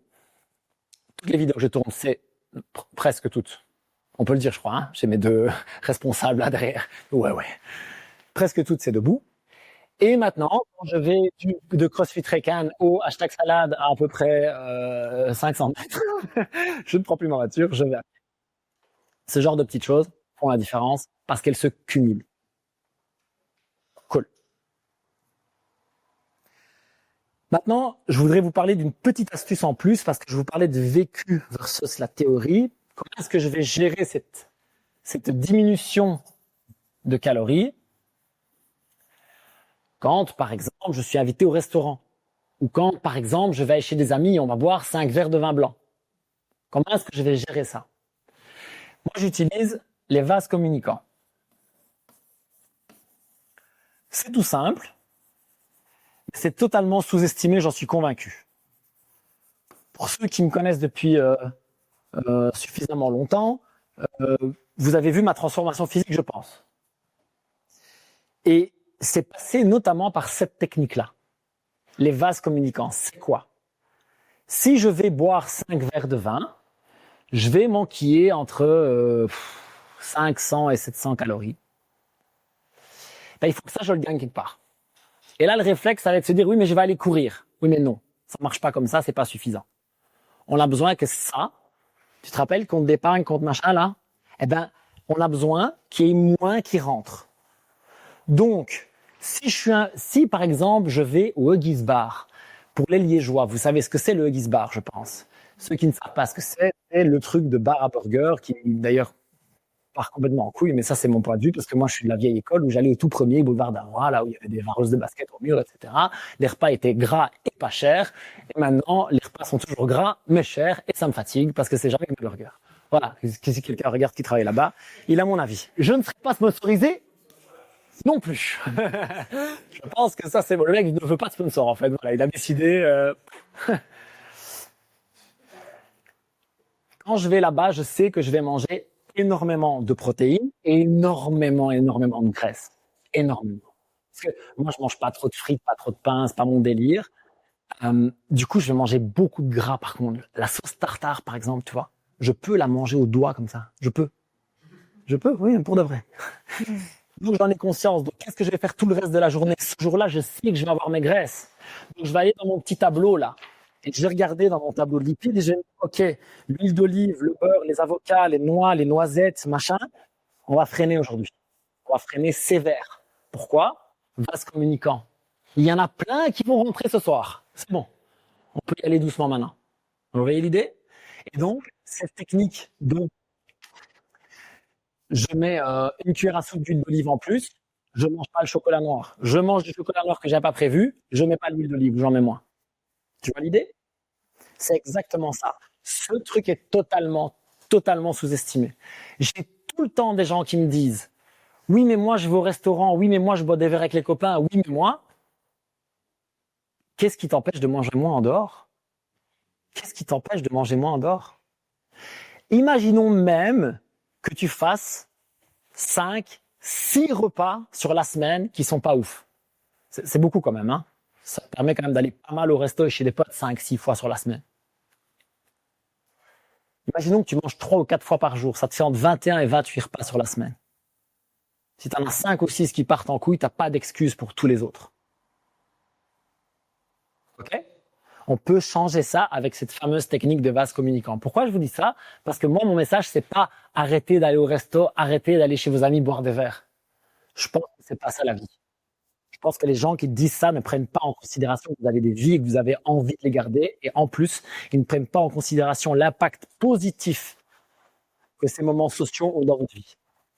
J'en suis absolument convaincu. Je pense que maintenant, sincèrement, je pense qu'il vaut mieux aller avec les copains et boire 3 verres de vin que de rester tout seul chez soi et se sentir privé et malheureux parce que socialement, on se sent exclu parce qu'on ne peut pas aller boire du vin avec les copains. Vraiment. Je pense que ça, sur le long terme, c'est un net positif. Tant que ça s'équilibre en dehors. Vous êtes avec moi? Great. Je vais vous donner un petit exemple de journée après. Et dans cet exemple de journée, vous allez voir exactement ce que j'ai raconté ici. Donc, pour rappel, c'est dans les ressources dans la description. Et j'ai pris un exemple de journée à 2000 calories et 140 grammes de protéines. Non, vous n'avez pas besoin de compter vos calories pour perdre du poids. D'accord? Vraiment, c'est très important. Par contre, vous avez besoin de manger assez de protéines. Ok? Comment est-ce que je sais que je mange assez de protéines?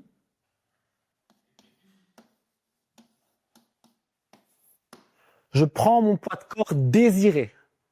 Retenez bien ce que je viens de dire. Désiré. Vous allez tous prendre un petit carnet et me mettre votre poids de corps désiré. Allez-y, écrivez-le physiquement. C'est quoi mon poids de corps désiré?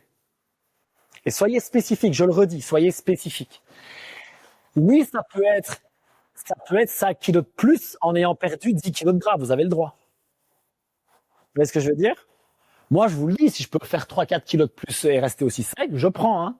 Pas encore bien comment je vais faire, mais je prends. Ah, j'ai des idées, t'inquiète. Vu mes chicken legs, il y a moyen de prendre 1 kilo de chaque côté déjà. Ça, c'est possible. Je vais donc prendre mon poids de corps désiré. Et pour me simplifier la vie dans un premier temps, je vais faire fois 1,5 fois 2. Et je vais me balader dans cette tranche-là. Ok? Donc, je fais 70 kilos. J'ai envie d'en faire 60. J'ai envie de manger entre 90 et 120 grammes de protéines par jour. Où est-ce que je trouve ça? Dans ma petite liste. J'ai tout prévu, c'est incroyable. Dans mon filet de macro pour avoir des oméga 3, allez les gars, dans du steak haché 5%, du coup pas trop de graisse, dans du steak haché 15-20%, du coup plein de graisse pour prendre en considération. Donc par exemple, si je mange le steak haché 5%, ben, je mets de l'huile d'olive dessus, ou encore mieux, je fais fondre le beurre quand il est chaud. Mais si je prends le steak haché 15-20%, je ne mets pas. Vous voyez les vases communicants? C'est ça l'idée en fait. Simple. Un blanc de poulet cuit, c'est quasiment une des protéines les plus sèches que vous puissiez manger. Il y a, pour ainsi dire, pas de lipides. Les sardines, du cabillaud, le steak haché féroce, etc., etc. Voilà où vous allez trouver vos protéines et vous essayez d'en mettre souvent. Parce que l'air de rien, c'est pas si facile que ça de manger entre 1,5 et 2 par jour pour beaucoup de gens. Ça demande vraiment un changement dans notre façon de faire. D'ailleurs, si c'est nécessaire pour vous, vous pouvez prendre des protéines en poudre à partir du moment où elles ne vous causent pas de syndrome inflammatoire, problème digestif, douleur, boutons, je sais pas quoi. D'accord? Pourquoi est-ce que c'est intéressant les protéines en poudre? Ben, ça glisse. Franchement, ça glisse. Tu prends protéines avec un peu de fruits et de l'eau, une demi-heure après, c'est digéré, on n'en parle plus. Ok? C'est utile, ça peut être utile. Moi, ça n'a pas l'air de me réussir. J'ai beau avoir essayé, oui, non, ça me va pendant un temps, puis ça recommence, l'inflammation, je sais pas, c'est pas très clair. Du coup, je vais faire des analyses un peu plus poussées parce que moi, j'aime bien tout comprendre. Et l'été dernier, par exemple, ça m'a aidé énormément à maintenir ma masse musculaire et perdre beaucoup de graisse en même temps. Parce que c'était très compliqué pour moi d'avoir autant de protéines d'un coup. Je pense aussi que je me trouvais des excuses parce que les shakes, je trouve ça très très bon, pour être très honnête. Et donc, ça peut être utile. Okay? Donc, 1,5 à 2 grammes. Soyez honnête, à votre avis, qui ne fait pas encore ça maintenant? Qui n'est pas encore dans cette tranche-là au quotidien? Levez la main, s'il vous plaît. Tous les autres, vous y êtes? Ouais, non? Ok. Hein? Essayez de faire entre 1,5 et 2 grammes par jour pendant 2-3 semaines et vous allez voir à quel point votre sensation de faim va diminuer. C'est très impressionnant. Très, très impressionnant. Quand je mange assez de protéines, j'ai assez de ce qu'on appelle les acides aminés essentiels et donc mon corps demande moins. Parce que ça, c'est bon, c'est fait. C'est très important ce que je dis là et ça contribue énormément à... Alors, ce n'est pas le seul facteur, ne me faites pas dire ce que j'ai pas dit, mais ça contribue énormément à ce « j'ai tout le temps faim ». Parce que le corps a littéralement encore besoin de quelque chose qui s'appelle essentiel. Pourquoi essentiel? Parce que le corps ne peut pas le produire. Les acides aminés essentiels, le corps ne peut pas le produire, ne peut pas le reconstruire lui-même. Il a besoin de le manger. Donc, tant que je ne l'ai pas, et c'est un des gros problèmes de l'alimentation ultra transformée, c'est que les protéines, ça coûte cher, et que donc on en met moins. Et en plus, les protéines, c'est rassasiant. Mais moi, j'aimerais bien que tu manges beaucoup de Kinder Bueno. Donc, j'ai pas intérêt à mettre trop de protéines dedans. Et donc, ces fameux produits ultra transformés, ils sont souvent très riches en sucre et en graisse, et on met un peu de sel parce que comme ça, on a vraiment envie d'y retourner. mais on te met pas trop de protéines dedans, le moins possible. Et donc, ça peut aussi causer ce problème d'avoir tout le temps faim. Good. Est-ce que vous avez juste besoin d'aide pour ça ou est-ce que tout le monde visualise comment il va manger à peu près 1,5 à 2 grammes par jour? C'est OK? Le seul moment, comme je disais, qui n'est pas idéal, c'est si vous mangez ça très tôt, très proche de l'entraînement. Parce que les protéines, c'est long à digérer. Donc, le seul qui passe chez certaines personnes, souvent, c'est les œufs. Pas tout le monde. Mais par contre, pas trop proche. Ça va? Pas trop près de l'entraînement. Oui. Alors, après, très bonne, c'est une super question. Qu'est-ce que vous devriez faire avec vos protéines après la séance? Juste au moins attendre d'être redescendu.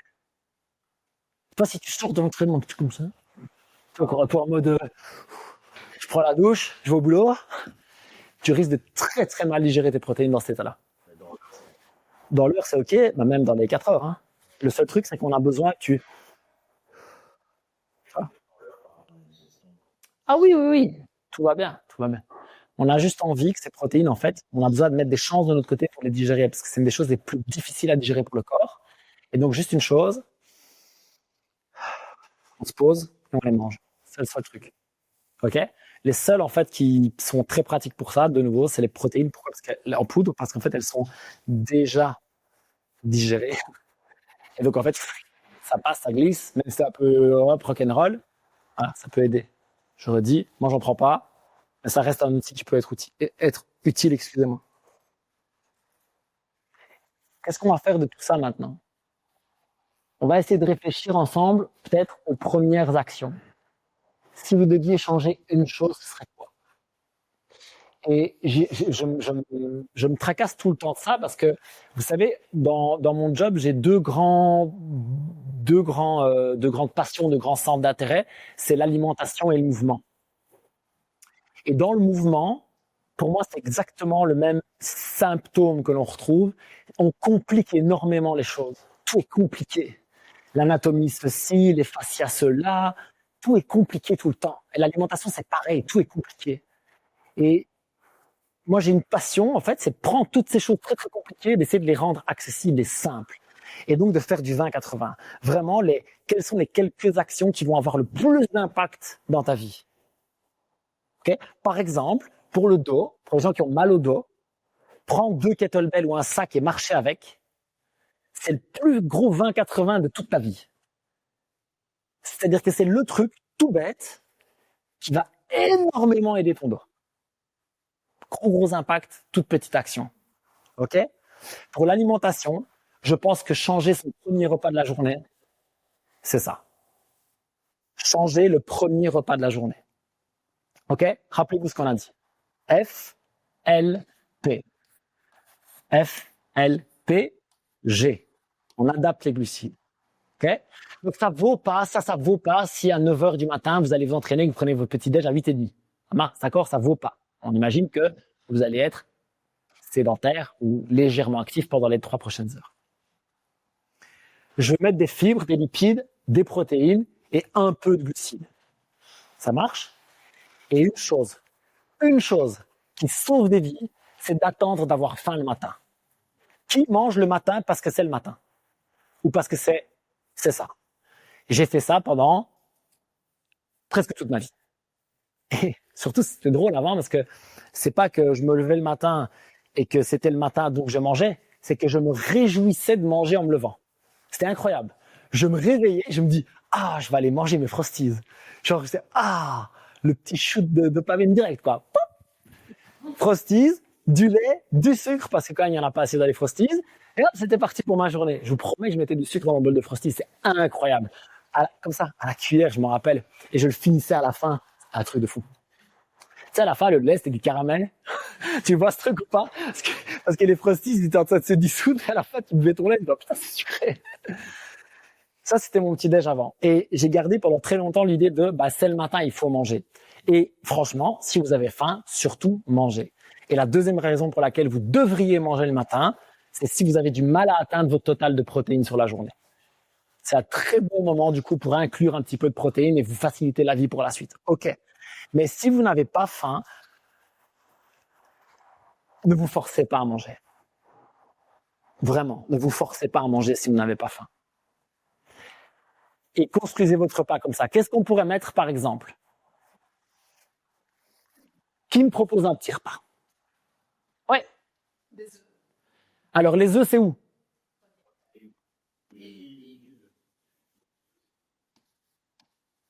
Vous irez voir dans votre petite charte et vous verrez que les œufs sont dans les protéines et dans les lipides. Effectivement, j'ai fait exprès de les mettre dedans. Je crois, j'espère. J'ai demandé. Oui, ils y sont. Super. J'ai demandé à Lia de le faire, donc. Je t'ai quand même fait moi-même pour de vrai. Les œufs vont là et là. Parce qu'il y a plein de protéines dans le blanc et dans les jaunes et il y a plein de graisses dans les jaunes. Hop là, il y en a. OK? Super. Il nous manque une case. Des tomates. Pas mal. Des quoi? Ah là, des tomates et des carottes. Bon délire. Je sais pas trop ce que vous allez faire comme repas, mais OK. Et est-ce qu'on a envie de mettre un peu de glucides? On pourrait. Qu'est-ce qu'on mettrait bien avec? Du pain. Bah oui. Sauf que seigle, avoine, blé, orge, grosse charge de glycémie, tout ça, tout ça. Donc le pain, on n'a pas envie. Oh, t'es chiant. Le pain des fleurs. Pourquoi pas? Le pain des fleurs, c'est quoi? C'est un aliment ultra transformé, mais sans gluten. Donc, oui, mais pas trop. Pourquoi? Parce que tu as ce processus de transformation qui va... On est quand même sur des très très hauts index glycémiques avec le pain des fleurs. C'est pas très différent.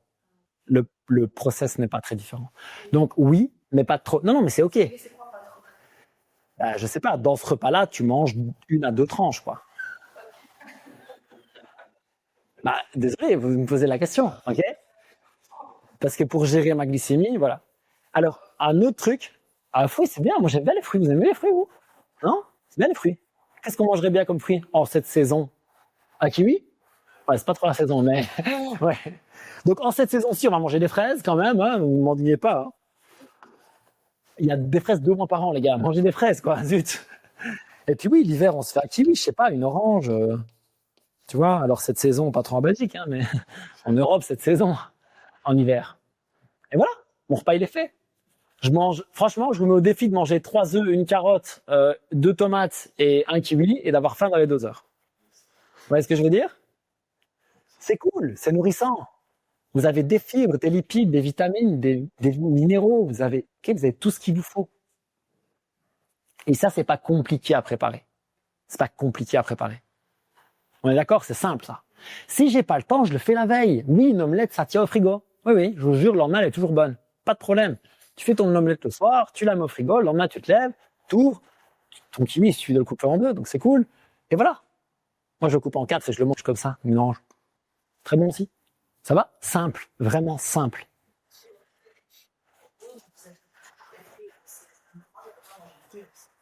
Alors ça, c'est probablement parce que tu as une résistance à l'insuline et qu'on t'a expliqué que la chrononutrition, tout ça.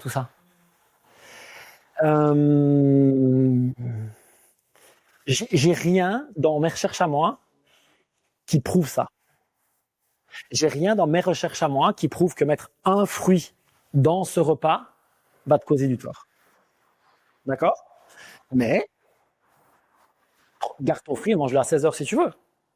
Tu vois? C'est OK pour moi. Et tu mets juste un peu plus de tomates et de carottes ou un œuf de plus ou j'en sais rien. C'est OK aussi, tu vois. Oui. Par rapport aux œufs, pour toi, la quantité maximum par jour? Pour toi, je sais pas, 3 par jour.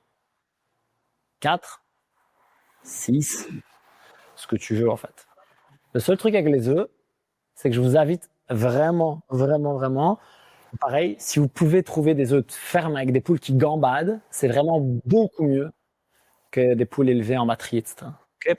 Par rapport à ce qu'on leur donne, le fameux profil oméga 3, oméga 6, tout ça, ça va? C'est quand même mieux. Mais tu peux en manger autant que tu veux. Vraiment. Parce que j'ai encore personne qui m'a dit j'arrive à manger trop d'œufs en fait. C'est compliqué à un moment donné, tu sais, les œufs, quand je te dis 6, tu dis ouf, bof quoi. Tu vois? Si tu te dis 2, 3 sur la journée, 4, je crois que ça va aller quoi. Tu vois ce que je veux dire? Et si même t'en manges 6, voilà, c'est pas très grave. Je considère juste que 6, c'est plein de protéines et plein de lipides, et donc on fait ce fameux jeu des vases communicants. Ça marche? Très bon exemple. Le premier repas de la journée. La deuxième chose, vous parlez du 20-80 avec les actions, ok? La deuxième chose, c'est la routine du soir. Je pense que ça, c'est très, très sous-estimé. La routine du soir, c'est la demi-heure, l'heure, les 2 heures, les 3 heures, à vous de voir ce que vous pouvez faire, où vous vous mettez en condition pour dormir. Donc, c'est le moment où on débranche Instagram, c'est le moment où on n'est plus dans ses emails, c'est le moment où on ne s'engueule pas à cause du budget du couple, c'est le moment où on chill. C'est le moment où on va prendre un bain, c'est le moment où on regarde un film dans le noir, c'est le moment où on lit un bouquin, c'est le moment où on raconte sa journée et on est relax autour d'un bon repas. C'est tout ce conditionnement pour s'endormir au lieu de tomber de fatigue. C'est très sous-estimé. Parce que ça va vous permettre de vous endormir et de récupérer. Donc le lendemain, je me lève et j'ai moins faim. Et ma résistance à l'insuline, elle est plus basse. On sait que les gens, quand on les prive de sommeil, les gens, nous, les humains, quand on les prive de sommeil, eh ben, ils deviennent résistants à l'insuline. Quasiment directement. Plus on peut se mettre dans de bonnes conditions pour ce repas du soir, pour cette routine du soir et pour ce sommeil, plus on met des chances de notre côté pour le lendemain. Par rapport à ça, j'ai dit que je vous parlerais de compléments alimentaires et je vais passer en revue parce que j'aurai pas le temps de faire un long laïus là-dessus, mais ça se met quand même très bien dans ce moment-ci. Il y en a un que moi personnellement je prends régulièrement, qui est le sommeil serein de chez Unae. Je vais vous expliquer pourquoi. Parce que dedans il y a de la mélatonine naturelle et il y a de la L-théanine. Et ce combo favorise l'endormissement et la qualité du sommeil profond, et donc la récupération.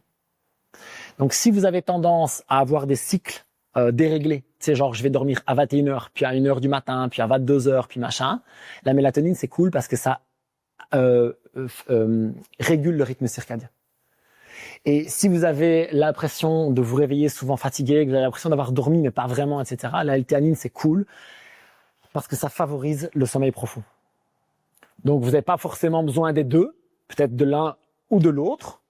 Dans ce complément-là, il y a les deux et moi je fonctionne très très bien avec. Je le pose là, vous en faites ce que vous voulez, mais si vous êtes tard devant les écrans, si vous allez dormir, comme je disais, à des heures très décalées régulièrement, etc., ça peut valoir la peine d'en prendre dans ces moments-là.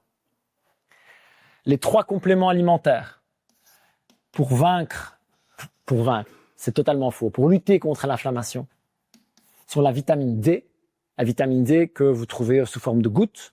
On travaille donc nous avec la marque Unae parce que pour moi c'est la meilleure qualité et la démarche la plus éthique. Mais de la vitamine D maintenant vous en avez chez tous les fournisseurs de compléments alimentaires qui existent. Voilà, vous essayez juste de prendre dans une huile de qualité et vous en prenez régulièrement. Pareil, quand je parle avec des grands nutritionnistes, quand je parle avec des médecins, à chaque fois, c'est la vitamine D, on peut la doser, mais dans tous les cas, en prendre, c'est cool. C'est OK. Pourquoi? Parce qu'en fait, on est, pour ainsi dire, tous carencés chroniquement dans nos contrées. Extrêmement rarement, tu as des gens qui ont des taux suffisants de vitamine D ou plutôt optime quelque chose. Combien? C'est difficile à dire, ça dépend de votre niveau de déficit, mais un bon point de repère, c'est 75 unités internationales par kilo. Okay, ou 750 par dizaine, c'est plus facile, hein, c'est tout pareil. D'accord? Donc si je fais 60 kilos, j'ai déjà fait ce calcul tellement de fois, 4500, ça doit faire 4500 unités internationales. Okay? Donc dans les trucs Unae, c'est 500 la goutte, donc je prends 9 gouttes. Voilà. Moi j'en prends plus parce que je suis chroniquement très carencé. Donc j'en prends un peu plus. Okay? Le deuxième, c'est le magnésium. Le magnésium, vous voulez prendre du taurate. Alors, je vais pas vous faire un cours de chimie, de toute façon, je suis pas capable. Mais l'idée, c'est que ça, ce sont les formes qui sont les mieux assimilées et les plus digestes. Pourquoi je vous dis ça? Parce que parfois, vous allez à la pharmacie, bonjour, je veux du magnésium, et on te file de l'oxyde de magnésium ou du citrate de magnésium. Et ça, c'est beaucoup moins bien toléré par le corps. Ça peut être aussi très laxatif, ce qui, en parenthèse, peut être utile dans certains cas. Parce que parfois, ça peut débloquer des situations, au sens propre du terme. Mais l'idée, c'est que pour absorber le magnésium au quotidien, on préfère ces formes-là. Quotidien. Et pour terminer, les oméga 3, est-ce que j'en prends ou pas? Les oméga 3, donc c'est de l'huile, soit d'algues, soit de poissons. Voilà, on voit un peu ce qu'on trouve. La seule chose que je vous demande, c'est de faire attention à ce qu'on appelle l'indice TOTOX dessus. Donc vous vérifiez que c'est, si mes souvenirs sont bons, en dessous de 7. En dessous de 7, on vérifiera. C'est l'indice de fraîcheur des oméga 3. Le problème des oméga 3, et c'est un des problèmes de l'huile de colza, de l'huile de lin, etc., c'est que c'est très très sensible, ça s'oxyde très vite à la lumière, à l'oxygène évidemment, etc. Donc on veut toujours les conserver, ces huiles-là, dans des bouteilles opaques, fermées au frigo, et les boire et manger rapidement. Donc dans les 2 à 3 semaines, on voudrait bien avoir vidé la bouteille, ce que je trouve assez difficile avec des bouteilles d'1 litre d'huile de colza par exemple. Et donc l'idée, c'est que soit on prend des petits conditionnements, soit on n'en prend pas souvent. Quoi. Okay, les oméga 3, est-ce que je dois en prendre ou pas? C'est une bonne question. Si vous prenez, pour ceux qui sont en France, des œufs de la filière bleu blanc cœur, vous mangez des poissons gras, maquereaux, sardines, etc., il n'y a pas besoin. Il y a rarement besoin, plutôt devrais-je dire. Okay, surtout si vous avez une alimentation souvent entière, brute, parce qu'il y a beaucoup moins d'oméga 6 que dans les aliments ultra transformés, et donc il y a moins besoin. Si maintenant vous ne mangez jamais de poissons, de petits poissons gras, sardines, maquereaux, harengs, alors ça peut vraiment valoir la peine de prendre des oméga 3 au quotidien. Il y a une étude qui a été faite en France, elle nous explique que 98% des Français sont carencés. C'est beaucoup, hein, quand même, 98%. Je vois pas pourquoi en Belgique ce serait mieux. Je vois pas pourquoi. La graisse de bœuf, les frites à la graisse de bœuf, c'est peut-être ça qui va nous sauver. Donc l'idée, si vous faites des frites, faites-les dans la graisse de bœuf. Alors vraiment, s'il vous plaît, si vous faites des frites, voilà, soit tout doucement à l'huile d'olive à 160 et ça va être très bon, mais ça va prendre du temps, soit à la graisse de bœuf. Moi, je dis quitte à faire des frites, autant qu'elles soient bonnes. Ok? On est bien d'accord. Donc, ce sont les 3 que je vous recommanderais. Je vous parlais de 3 choses qui pouvaient être vraiment game changer. On a parlé du premier repas de la journée, on a parlé de la routine du soir. Et pour la 3e chose et dernière pour aujourd'hui, il y a encore des choses à dire, mais ce sera déjà pas mal. C'est la respiration. Pareil, totalement sous-estimé. Pourquoi? Parce que quand je suis stressé et que je suis comme ça, que je suis anxieux, j'ai eu la discussion ce matin avec une de nos membres qui passe sa vie comme ça, et elle me dit, je comprends pas, j'ai des problèmes de nuque. J'ai une idée. Tout ça m'amène à ce qu'on appelle une respiration thoracique, courte et stressante. Alors, on peut tous se mettre très très vite en état de stress. On va faire ça 30 fois, je vous promets, dans 30 secondes, on est tous très stressés. Ça va marcher très bien. Le problème, c'est que cet état-là est très peu propice à la digestion, très peu propice à la récupération et très propice, bien sûr, à être stressé et à manger ses émotions. Donc, qu'est-ce qu'on peut faire avec la respiration? On va le faire tous ensemble, parce que je ne veux pas être le seul à avoir l'air débile à respirer devant vous. Ok? Truc super basique, on peut faire une respiration en carré. Qui connaît? Vous n'êtes pas beaucoup, un peu. Respiration en carré. J'inspire par le nez pendant, on va dire 3 secondes. Je bloque pendant 3 secondes. Je souffle pendant 3 secondes. Je bloque pendant 3 secondes. Okay, ça fait 12 secondes de respiration. J'en fais 5. J'ai fait 1 minute. Ça suffit. Tout mon système nerveux est redescendu. Donc, pour ceux qui sont en live, vous allez le faire avec nous. On n'est plus en live, ça y est? Ah, parfait. Ah, ben voilà, ça nous manquait, ça. Et puis quoi, il y a de la pluie et il va pleuvoir sur la caméra, j'imagine, je sais pas. Ouais, il y a un trou dans le plat. Ok. Respiration, vous êtes prêts? On va le faire tous ensemble. On est parti. On inspire par le nez sur...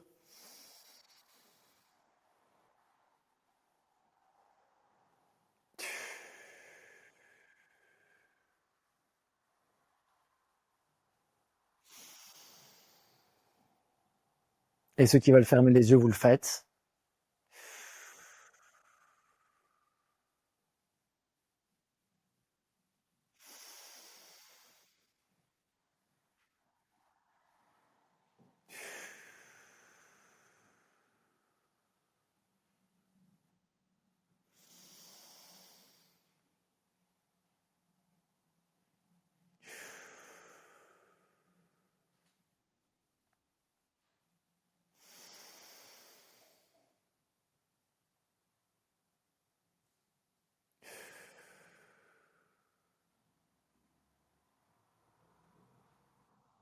Même moi, j'ai senti que l'énergie de la pièce était redescendue. C'est vrai ou pas? Incroyable, en 1 minute. En 1 minute. Avant de manger, après de manger, vous faites ça. Vous mettez beaucoup de chance de votre côté pour mieux digérer, pour mieux prendre conscience de votre repas et pour avoir des meilleurs signaux de la satiété. Extrêmement positif pour vous mettre dans de bonnes conditions, pour améliorer votre santé, votre énergie et réguler votre poids si c'est ce que vous souhaitez. Pour terminer, je voudrais vous donner le petit exemple de journée que je vous ai préparé et juste vous l'expliquer pour que vous soyez dans de bonnes conditions pour le comprendre et l'utiliser. Alors, vous remarquerez assez rapidement que il y a des quantités, des calories et des grammes de protéines. J'ai parlé suffisamment de cette idée d'avoir assez de protéines dans notre alimentation. Je vais juste faire tourner derrière. Alors, je voudrais aborder 2-3 sujets à propos de cet exemple de journée. Le premier, c'est que 2000 calories, il y a des gens pour qui c'est trop et d'autres pour qui c'est pas assez. Si moi, je mange 2000 calories, dans une semaine, je suis couché à plat ventre. Je ne sais plus bouger. Ok? J'ai besoin de beaucoup plus que ça pour être bien. Forcément, vous avez vu mon gabarit. Je fais 95 kilos et je fais du sport 6-7 fois par semaine. Forcément, j'ai besoin de plus. Pour certaines personnes, manger 2000 calories, c'est l'assurance de prendre du poids. Parce que j'ai peut-être besoin de 1500, 1600. Okay? C'est la première chose que je veux, c'est que vous indiquez que cette journée-là, c'est un point de repère, pas quelque chose à suivre exactement. Mais l'avantage, c'est que c'est un point de repère et je peux me baser assez facilement dessus pour adapter. Donc moi, par exemple, puisque j'ai besoin à peu près de 50% de plus, ben, je peux ajouter 50% à chaque quantité et tout est réglé. Vous voyez ce que je veux dire? Ok. L'autre chose qui est très importante, c'est que j'ai mis 3 repas et une collation. On n'est pas obligé de manger aussi souvent. Il y a des gens qui aiment manger des plus petites quantités plus régulièrement. Il y a des gens qui aiment mieux manger des gros repas moins souvent. C'est ok. C'est votre manière de faire. Et non, il n'y a pas de différence sur la perte de poids, contrairement à ce qu'on dit. Il n'y a pas de différence non plus sur la synthèse musculaire, sauf chez les ultra bodybuilders qui font de l'optimisation. Chez les gens normaux, comme vous et moi, il n'y a pas de différence entre manger 2, 4 ou 6 repas. La seule question, c'est la préférence personnelle. Et pour ma part, au quotidien, je préfère manger plus de petits repas. Pourquoi? Parce que je suis très actif. Je suis sédentaire, mais très actif. Très actif dans ma tête, je bouge, je fais conduire mon fils, je travaille, je fais une vidéo, je m'entraîne. Je suis très, très, très actif. Et pour moi, c'est compliqué de me poser et de manger un gros repas. J'ai un peu tout qui redescend. Moi, j'aime pas ça. Mais il y a des gens qui adorent. Prendre 1h30 à table à midi, s'asseoir, manger un bon repas dans le calme, souffler et puis retourner travailler. Et c'est ok. C'est ok. Chacun fait vraiment comme il veut. Il n'y a pas de différence radicale là-dessus. Ok? Mais là, j'ai mis un schéma à 3 plus une collation que j'ai mis optionnelle. Maintenant, rappelez-vous, ici, vous avez quelque chose d'imaginer, vous avez quelque chose de standard. Vous avez quelque chose que vous pouvez modifier à vos goûts, à vos habitudes, à ce qui est pratique pour vous. Et vous pouvez faire le jeu des vases communicants. Par exemple, si vous ne mangez pas votre fruit de saison et votre carré de chocolat noir à 92% à 16 heures, ben vous pouvez mettre le chocolat au petit déjeuner, votre fruit à midi, j'en sais rien, ce qui vous arrange. D'accord? Vous comprenez l'idée? C'est comme ça qu'on va le construire. À la fin de votre autre petit dossier, je vous ai mis une petite liste. J'avais envie de vous proposer des choses concrètes. Et donc, je vous ai mis une petite liste avec les utiles et indispensables Et j'ai essayé d'être super minimaliste exprès. Vous allez me dire, oh, il me manque des trucs. Oui, oui, probablement. J'ai fait exprès. Et je me suis dit, si je devais choisir 7 ustensiles, 7 aliments, 3 snacks et 3 compléments pour faire du vrai 20-80, je prendrais quoi? J'ai pris ça. Des carottes, des courges, des patates douces et des légumes de saison, des fruits de saison, des œufs de poule qui gambadent. Parce que ça gambade les poules. T'as déjà remarqué? Bleu blanc cœur si vous êtes en France, de la viande de bœuf qui mange de l'herbe, une très bonne huile d'olive. J'ai mentionné Féroce parce que c'est des copains et ils font l'huile d'olive de la meilleure qualité que je connaisse. Donc voilà, j'ai pas de problème avec ça. Ça se commande en France, on ne sait pas, on n'a pas encore en Belgique, même si nous serons probablement bientôt à point de vente. Du très bon sel entier non raffiné et un filtre à eau ou de l'eau en bouteille en verre. Pas de l'eau de bouteille en plastique et pas de l'eau du robinet. Je pense qu'avec ça, on fait beaucoup de bonnes choses pour notre santé.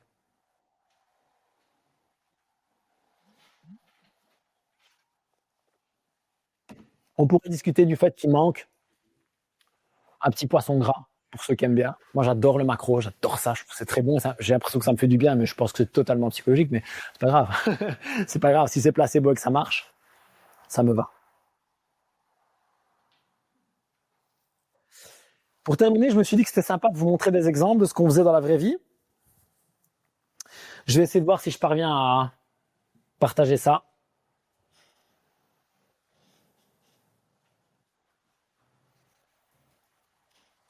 Est-ce que ça va marcher, Rita? Ah ah!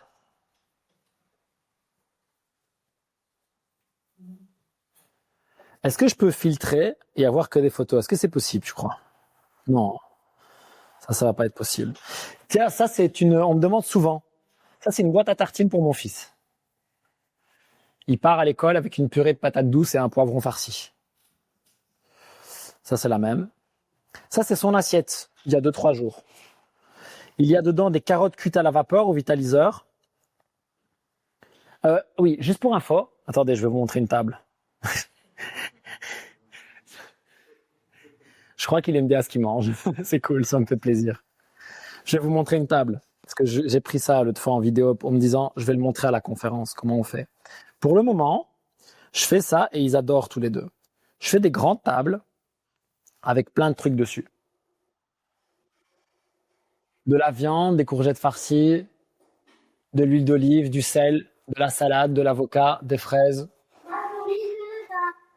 Voilà. Et en fait, ce que je fais du coup pour mon fils, pour ceux qui ont des enfants, c'est que je le laisse choisir après. Et il y a des jours où il va éclater la viande, des jours où il va éclater la patate douce et je le laisse faire. Ça marche super bien en parenthèse pour les enfants parce que comme ça, ils ont le choix, ils ont le sentiment de choix et c'est très agréable. Et du coup, il construit son assiette comme ça. Il met ça dedans. Qu'est-ce qu'on va retrouver? F, L, P, G. Les fibres qu'on a dans les carottes, dans l'avocat, dans les tomates cerises, dans les fraises, c'est plus bien en été quand même, hein, on a plus de choix, on est bien d'accord. Des protéines dans le poulet. Et je sais pas si vous voyez que l'avocat, la salade, etc., ça brille un peu là. Ça, c'est l'huile d'olive, hein. D'accord? C'est l'huile d'olive, le sel. Voilà ce qu'on fait en vrai, dans la vraie vie. Et juste pour info, c'est moi qui cuisine tous les repas. Chez moi, c'est moi le cuistot. Mais quand je dis que je cuisine, je prépare. Je mets des carottes dans un vitaliseur, je mets des patates douces dans un vitaliseur, je fais des courgettes farcies, je cuis une viande sur une poêle. C'est très, très basique. Mais c'est bon. C'est bon parce qu'on a des bons aliments, parce qu'on a une bonne huile d'olive, parce qu'on a du sel, parce que je fais une vinaigrette qui est bonne. Je fais des choses très simples, mais qui fonctionnent très bien.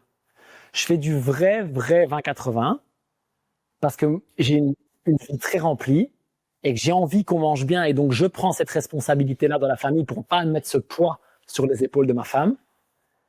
Mais je ne cuisine pas 3 heures par jour. Si vous avez le temps, surtout faites-le. Si vous avez envie, surtout faites-le.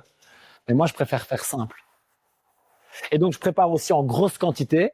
Comme ça, le lendemain, très souvent, je cuisine pas du tout. Ou au moins, pour le repas de midi, tout est déjà prêt. Le batch cooking, c'est quelque chose que je fais pas assez, mais qui est extrêmement, extrêmement rentable. Quand vous avez l'occasion de prendre 1 heure ou 2 et de faire plein de trucs d'un coup, c'est trop cool. Les poivrons farcis, j'en fais 6. Les courgettes farcies, j'en fais 6.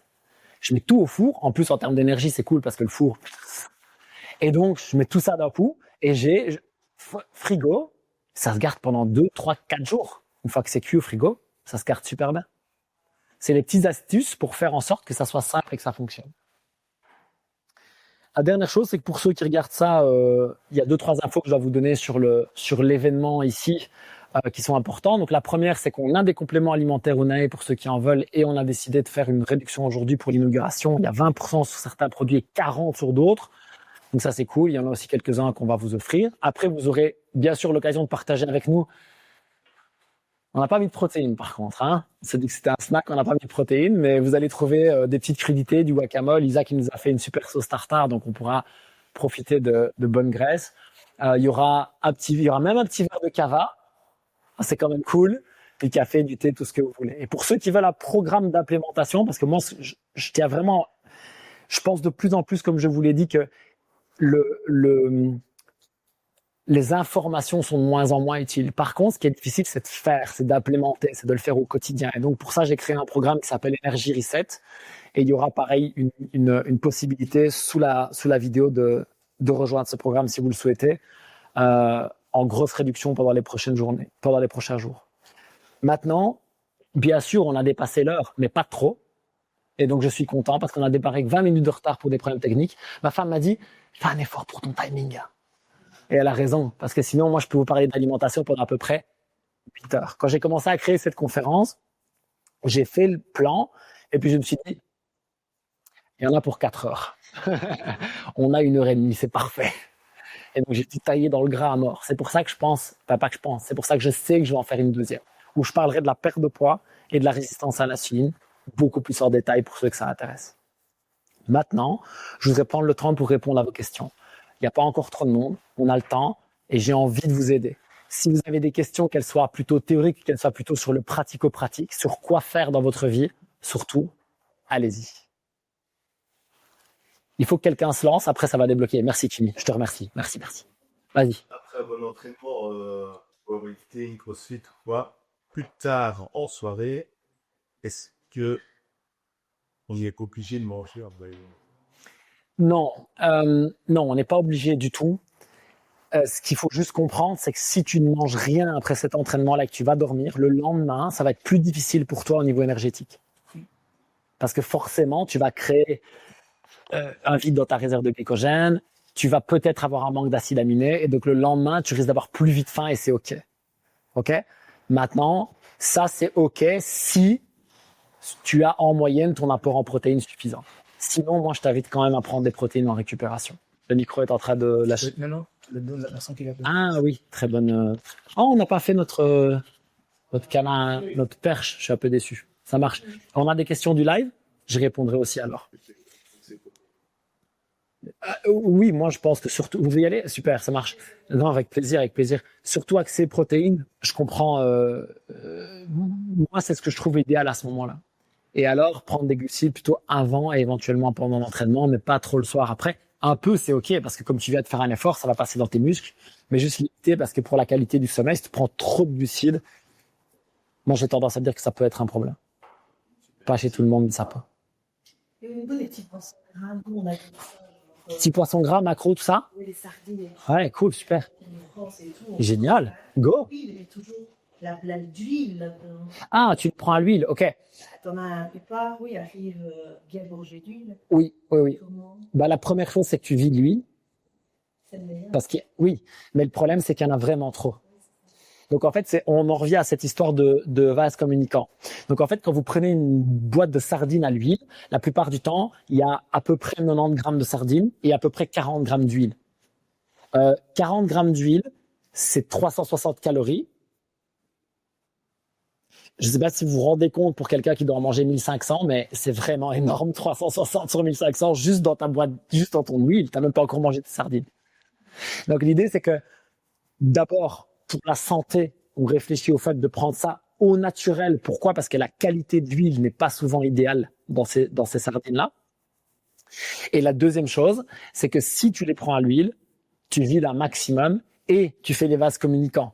Donc, par exemple, un truc que moi je faisais à un moment donné quand je prenais des sardines à l'huile, c'était que du coup, j'utilisais une partie de l'huile, pas tout, parce que c'était vraiment trop, du coup, pour assaisonner ma salade, par exemple. Tu vois, parce que je me dis, ça va donner, si toi tu aimes ce goût, ce qui n'est pas le cas de tout le monde, si je fais ça, ma femme, elle va me buter, elle y touchera jamais, mais ce sera ma salade. Et ben, du coup, je mets l'huile et ça donne un goût que moi j'aime bien, cette huile un petit peu avec le goût de poisson, etc. Donc, juste, c'est ces stratégies-là de nouveau qui se mettent en place. Donc, la plupart du temps, si vous mangez maquereaux, sardines, etc., prenez-les au naturel, autant que possible, parce que de nouveau, on est dans ce problème d'huile qui sont pas forcément bien conservées, qui sont pas forcément bien de bonne qualité de base. Et en plus, c'est une montagne de calories que vous vous envoyez d'un coup. OK? Attends. Tiens, je dois te passer le micro apparemment. Charlotte. Jack.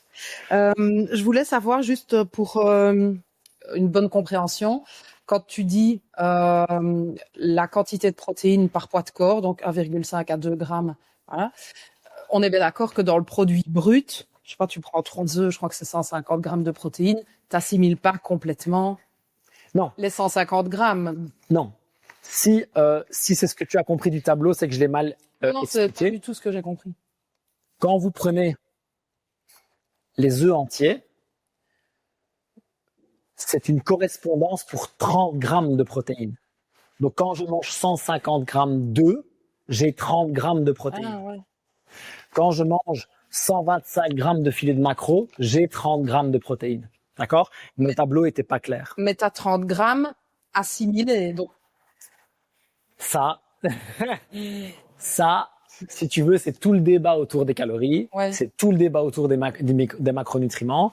C'est qu'ils ont fait le test avec des amandes, par exemple. Et en fait, tu prends la quantité brute de protéines, lipides, glucides et de calories dans l'amande. Tu fais ensuite le test de voir ce qui se retrouve parce qu'ils mettent des marqueurs sanguins. Je sais plus trop comment ils font. C'est un truc de folie. Et tu te rends compte qu'il y a X% qui passe aux toilettes. Mhm. Ça, tu peux pas. Ouais. Ça, c'est pris en considération quand on imagine 1,5 à 2 grammes. C'est pris en considération. Le seul truc, c'est que si tu manges tes protéines en étant constamment stressé et anxieux, alors on sait que tu vas moins bien les digérer, parce que le système nerveux sympathique, c'est fight or flight et c'est anti-digestion. Et le problème de ça, c'est que par contre, ces protéines mal digérées, elles créent beaucoup de problèmes intestinaux. Mhm. C'est bien pour ça que j'insiste autant sur cette idée de se mettre dans de bonnes conditions pour les protéines particulièrement, encore plus que pour les autres nutriments. C'est un peu plus clair? Ouais, Cool. j'avais mal compris. Oui, le tableau n'était pas clair, je suis désolé. Donc le tableau, ce sont des correspondances pour 30 grammes de protéines. Donc pour 30 grammes de protéines, c'est 120 grammes de steak haché, 15%. D'accord? D'autres questions? Faites-vous plaisir. Là au fond, on est au top.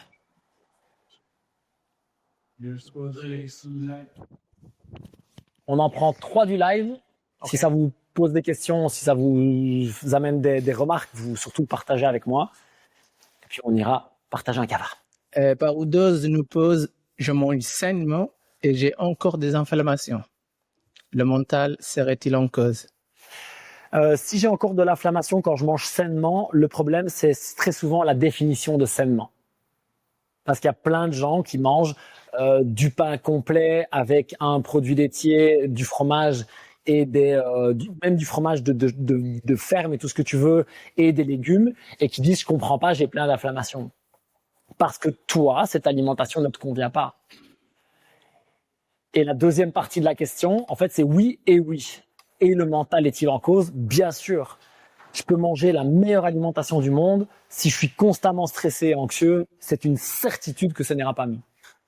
C'est une certitude. Le stress chronique est une des pires choses que l'on puisse faire pour la santé intestinale et immunitaire. C'est une certitude. Bon, je prends pas de temps, hein, à un moment donné. Enough is enough. Fé nous dit, bonjour, est-ce qu'on peut faire jeûne sec de 10 jours sans préparation? Non. Il y a Non, alors déjà, on ne fait pas de jeûne sec de 10 jours. Personne ne fait ça. C'est beaucoup trop dangereux. Donc, le jeûne sec, juste parce qu'il y a le jeûne hydrique et le jeûne sec. C'est quoi le jeûne hydrique? C'est quand on boit de l'eau, éventuellement des tisanes, etc. Et le jeûne sec, c'est quand on arrête de s'hydrater aussi. Je vous laisse réfléchir à 10 jours sans boire. Qui pense que c'est une bonne idée? Personne ne pense que c'est une bonne idée. D'accord? Donc, surtout pas D'accord? On peut faire un jeûne hydrique si on est dans de bonnes conditions métaboliques pour déjà 24 heures et voir comment ça va. On l'a testé juste pour information. Donc, on a fait un jeûne de 3 jours il y a 2 ans. Moi, j'ai décidé de le faire. J'en ai parlé. Il y a des gens qui se sont dit, ah ben, on va le faire avec Jack, ça va être cool. Et donc, il y a des gens dans ma salle qui ont décidé de faire un petit groupe WhatsApp et ils le faisaient ensemble et tout. C'était super sympa. Sauf qu'il y a des gens qui l'ont extrêmement mal vécu. Peu, vraiment peu, mais des gens qui l'ont très très mal vécu, qui ont fait de l'acidité de folie, anxiété de dingue, vomissement, tout le truc. Pourquoi? Parce que si je suis en très mauvaise santé métabolique, ça peut créer le stress de trop. Le jeûne reste un stress pour le corps. Avoir faim, c'est un stress. Stress hormétique, stress positif, tant que ce n'est pas trop. Tant que mon corps n'est pas déjà suffisamment stressé ou enflammé, il ne peut pas gérer ce stress. Ça ne vous viendrait pas à l'idée, si vous n'avez jamais couru de votre vie et que vous avez 20 kilos de trop, d'aller courir un marathon demain sans échauffement. Eh bien, c'est la même chose. Un jeûne de 3 jours, c'est la même violence pour le corps. Si je suis en pleine santé et que je suis prêt, ça va aller tout seul, franchement, comme une lettre à la poste. Si c'est pas le cas, ça va être très très compliqué à mettre en place. Donc on ne prend pas des mesures aussi radicales sans y être préparé. On commence par faire un jeûne de 16 heures et on voit ce que ça donne. Et si ça va bien, on fait 24.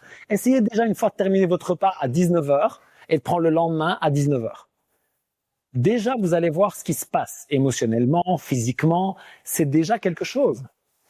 Alors maintenant, imaginez-vous faire 3 jours où tu dois passer tes nuits, tes matins, tes repas avec ta famille. C'est quelque chose. Mentalement, c'est vraiment quelque chose. Donc, on s'y prépare. C'est pas quelque chose que l'on fait au hasard.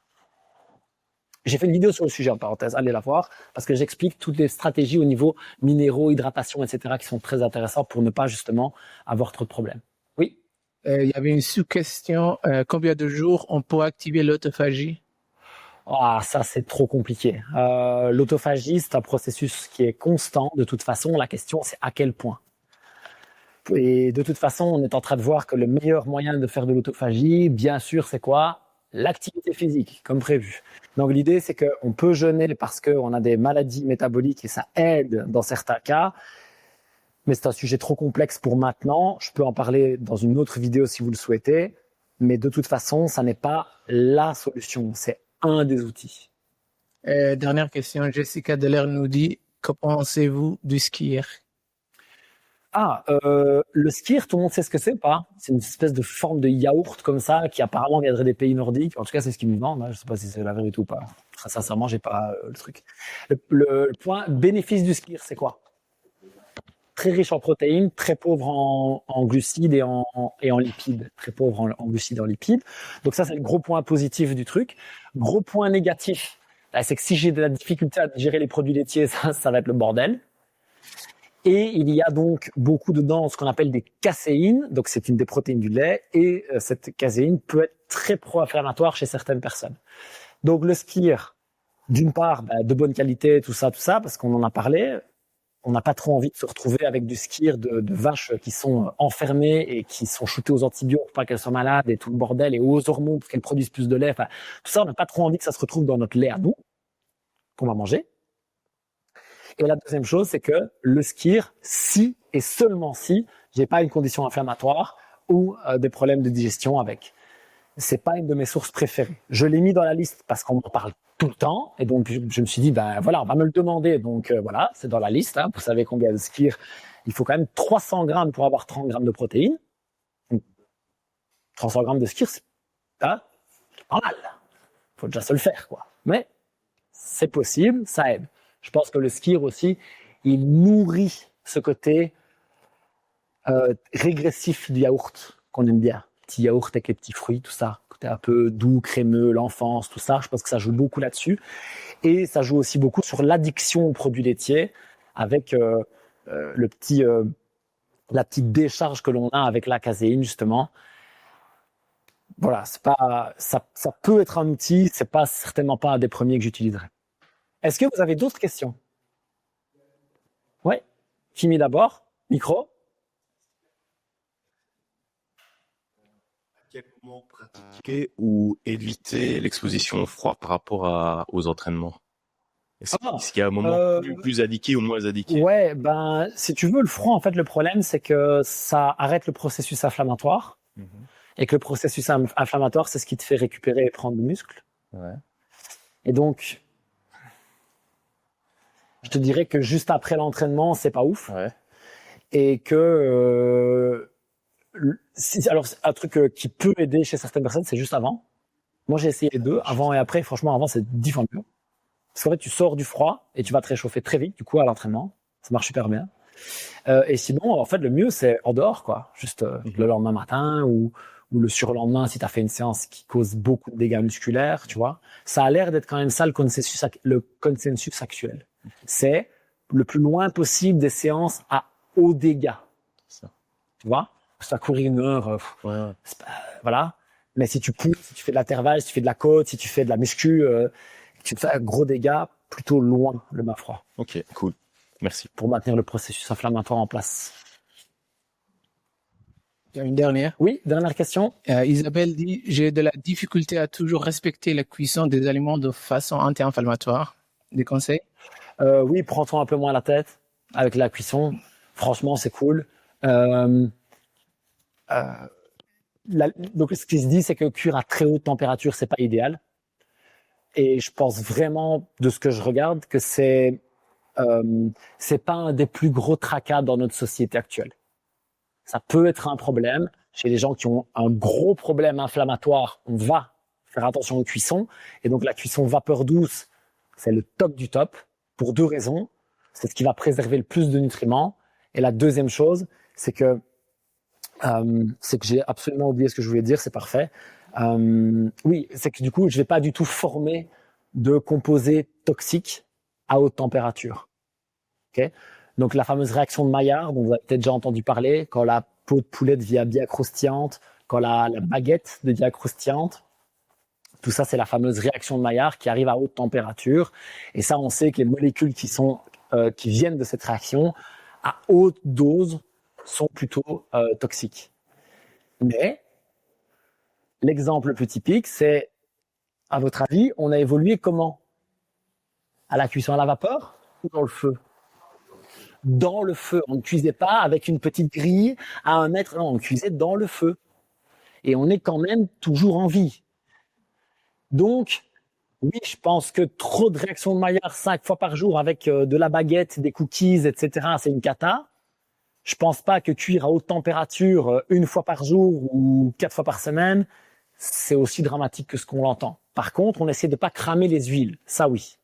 Les huiles, on les chauffe, on ne les crame pas. Et les huiles, colza, lin, noix, etc., on ne chauffe pas du tout. Du tout, du tout. Voilà, ça c'est cool. Ça marche? Cool? Cool. On va faire une version 2, un de ces 4. Je vous tiendrai au courant et je pense que ce sera le samedi 21 pour ceux qui veulent. Vous pouvez déjà potentiellement bloquer votre après-midi et venir. Et donc, j'irai un peu plus en détail sur les choses pour vaincre la résistance à l'insuline et perdre du poids de manière durable. Je pense que ce sera intéressant aussi. Et je vous remercie. J'ai passé un très bon moment. Je vous fais un check.